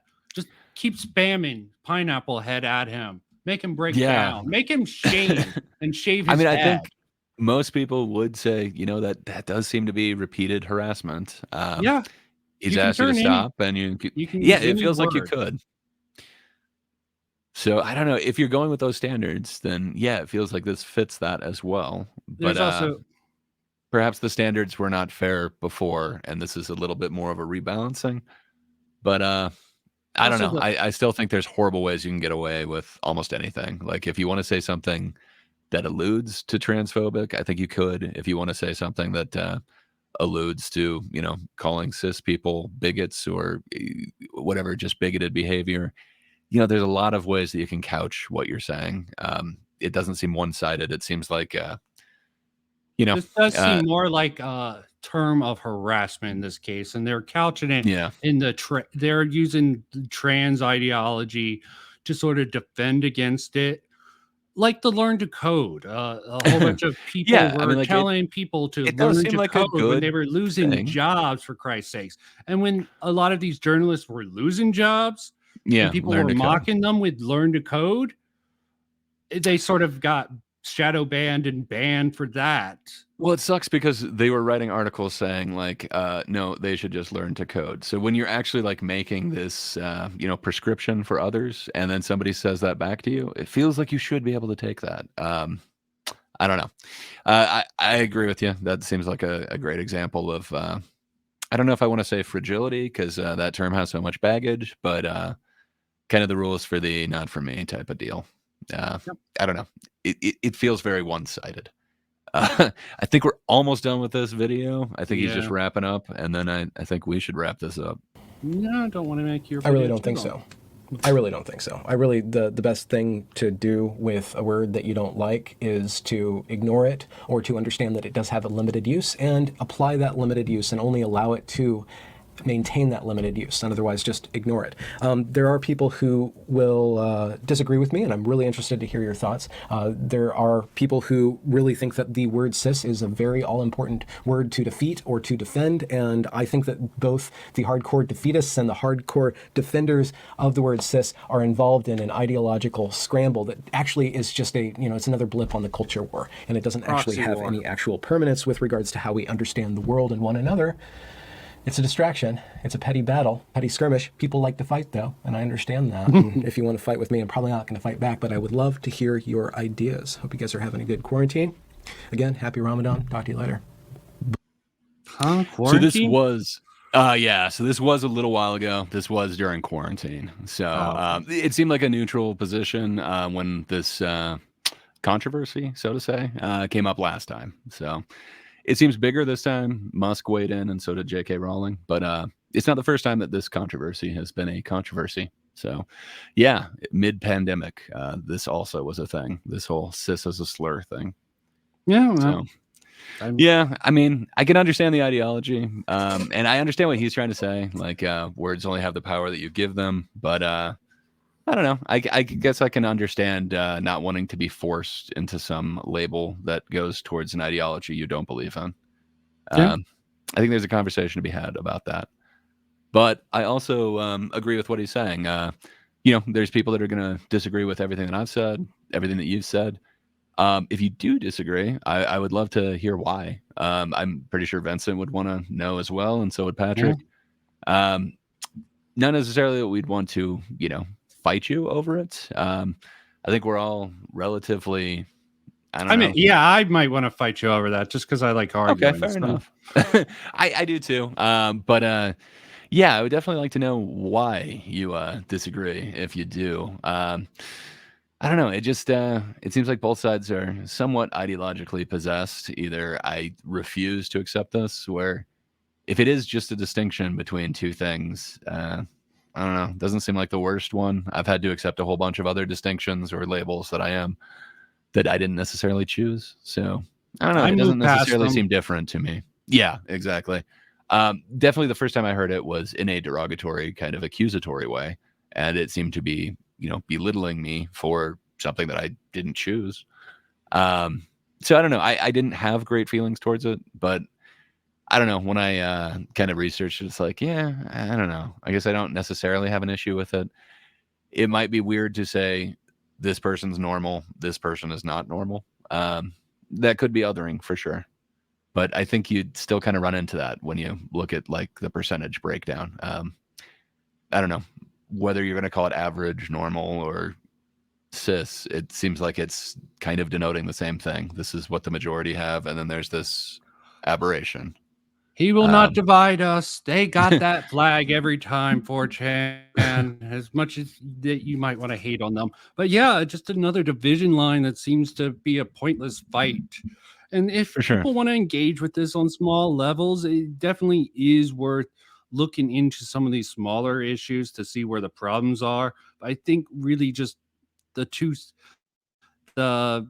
echo chamber versus echo chamber mentality for a lot of these things, they need to come together to understand each other, steel man each other's arguments instead of straw manning them so strong, so we can discuss the real issues with small little issues like this, which are rather nonsensical in my opinion, but I'm willing to debate really anything and get to the core, because little flashpoints like this sort of, it's like passive aggressiveness or microaggressions, as some people would say. This might be like the right-wing version of microaggression to them. It's not something that's really a sticking point, but no, but it's a slight. If you keep on adding it up, if you keep on DMing, calling people cis, yeah, those sort of microaggressions in this case will add up to something bigger, a pattern of behavior, if you may say. Well, I think that that pretty much says it all. But yeah, if you do disagree, please let us know, and let us know why. We'd be interested in at least understanding for sure. But yeah, I think very well said, Vincent. Hey, is there anything that you'd like to shout out? I know everyone can see your name there. That is also your channel, and it will be linked below. But yeah, anything I have you'd like a couple to shout things out right in now? the work. Sure. I'm trying to hack out my old script, which I'm probably gonna have to re-record, fixing Fallout 3. Ooh, it's a big task. Oh, fuck off. Okay, it's not that bad. Did you even play it? I didn't. I just know the internet rumors. Yeah, I've heard a lot of issues with it. I started with my whole process with just going over all these videos, and I sort of got sidetracked with a little bit of the commentary nonsense. But I really need to get back on the script, which is sort of a passive aggressive dig, but mainly I'm trying to figure out how to do really constructive criticism for the game. Nice. In a more, I think we're all kind of looking into doing that. I know Patrick and I are looking to try to get into constructive media criticism as well. So yeah, if you have secrets, we're interested. But well, good luck. It's quite a interesting topic to try and tackle. The way to go about it. It might be worth looking even if you're not interested, because I really I'm trying to frame it in a very constructive way. There is some passive aggressive shots at people, but it wouldn't be one of my videos if I didn't do a little bit of a passive aggressive. It'd be the same if it was just aggressive, you'd just be a dick, and this way you're kind of a dick. It's nice. I'll agree to be kind of a dick, but people in the comments can let me know. Who knows? But yeah, that's about the only thing. I have other things in the works, but who knows when this video will come out? It should be Monday if planned. Okay. Yeah. So it should be this next actual week. I'll let you do your outro yourself. All right. Awesome. Yeah, everybody, thanks for tuning in. This was the first Just Be Honest. So yeah, just be honest in the comments. Let us know. Yeah. did we fail to be honest? We hope not. Probably. Thanks for tuning in. Catch you next time.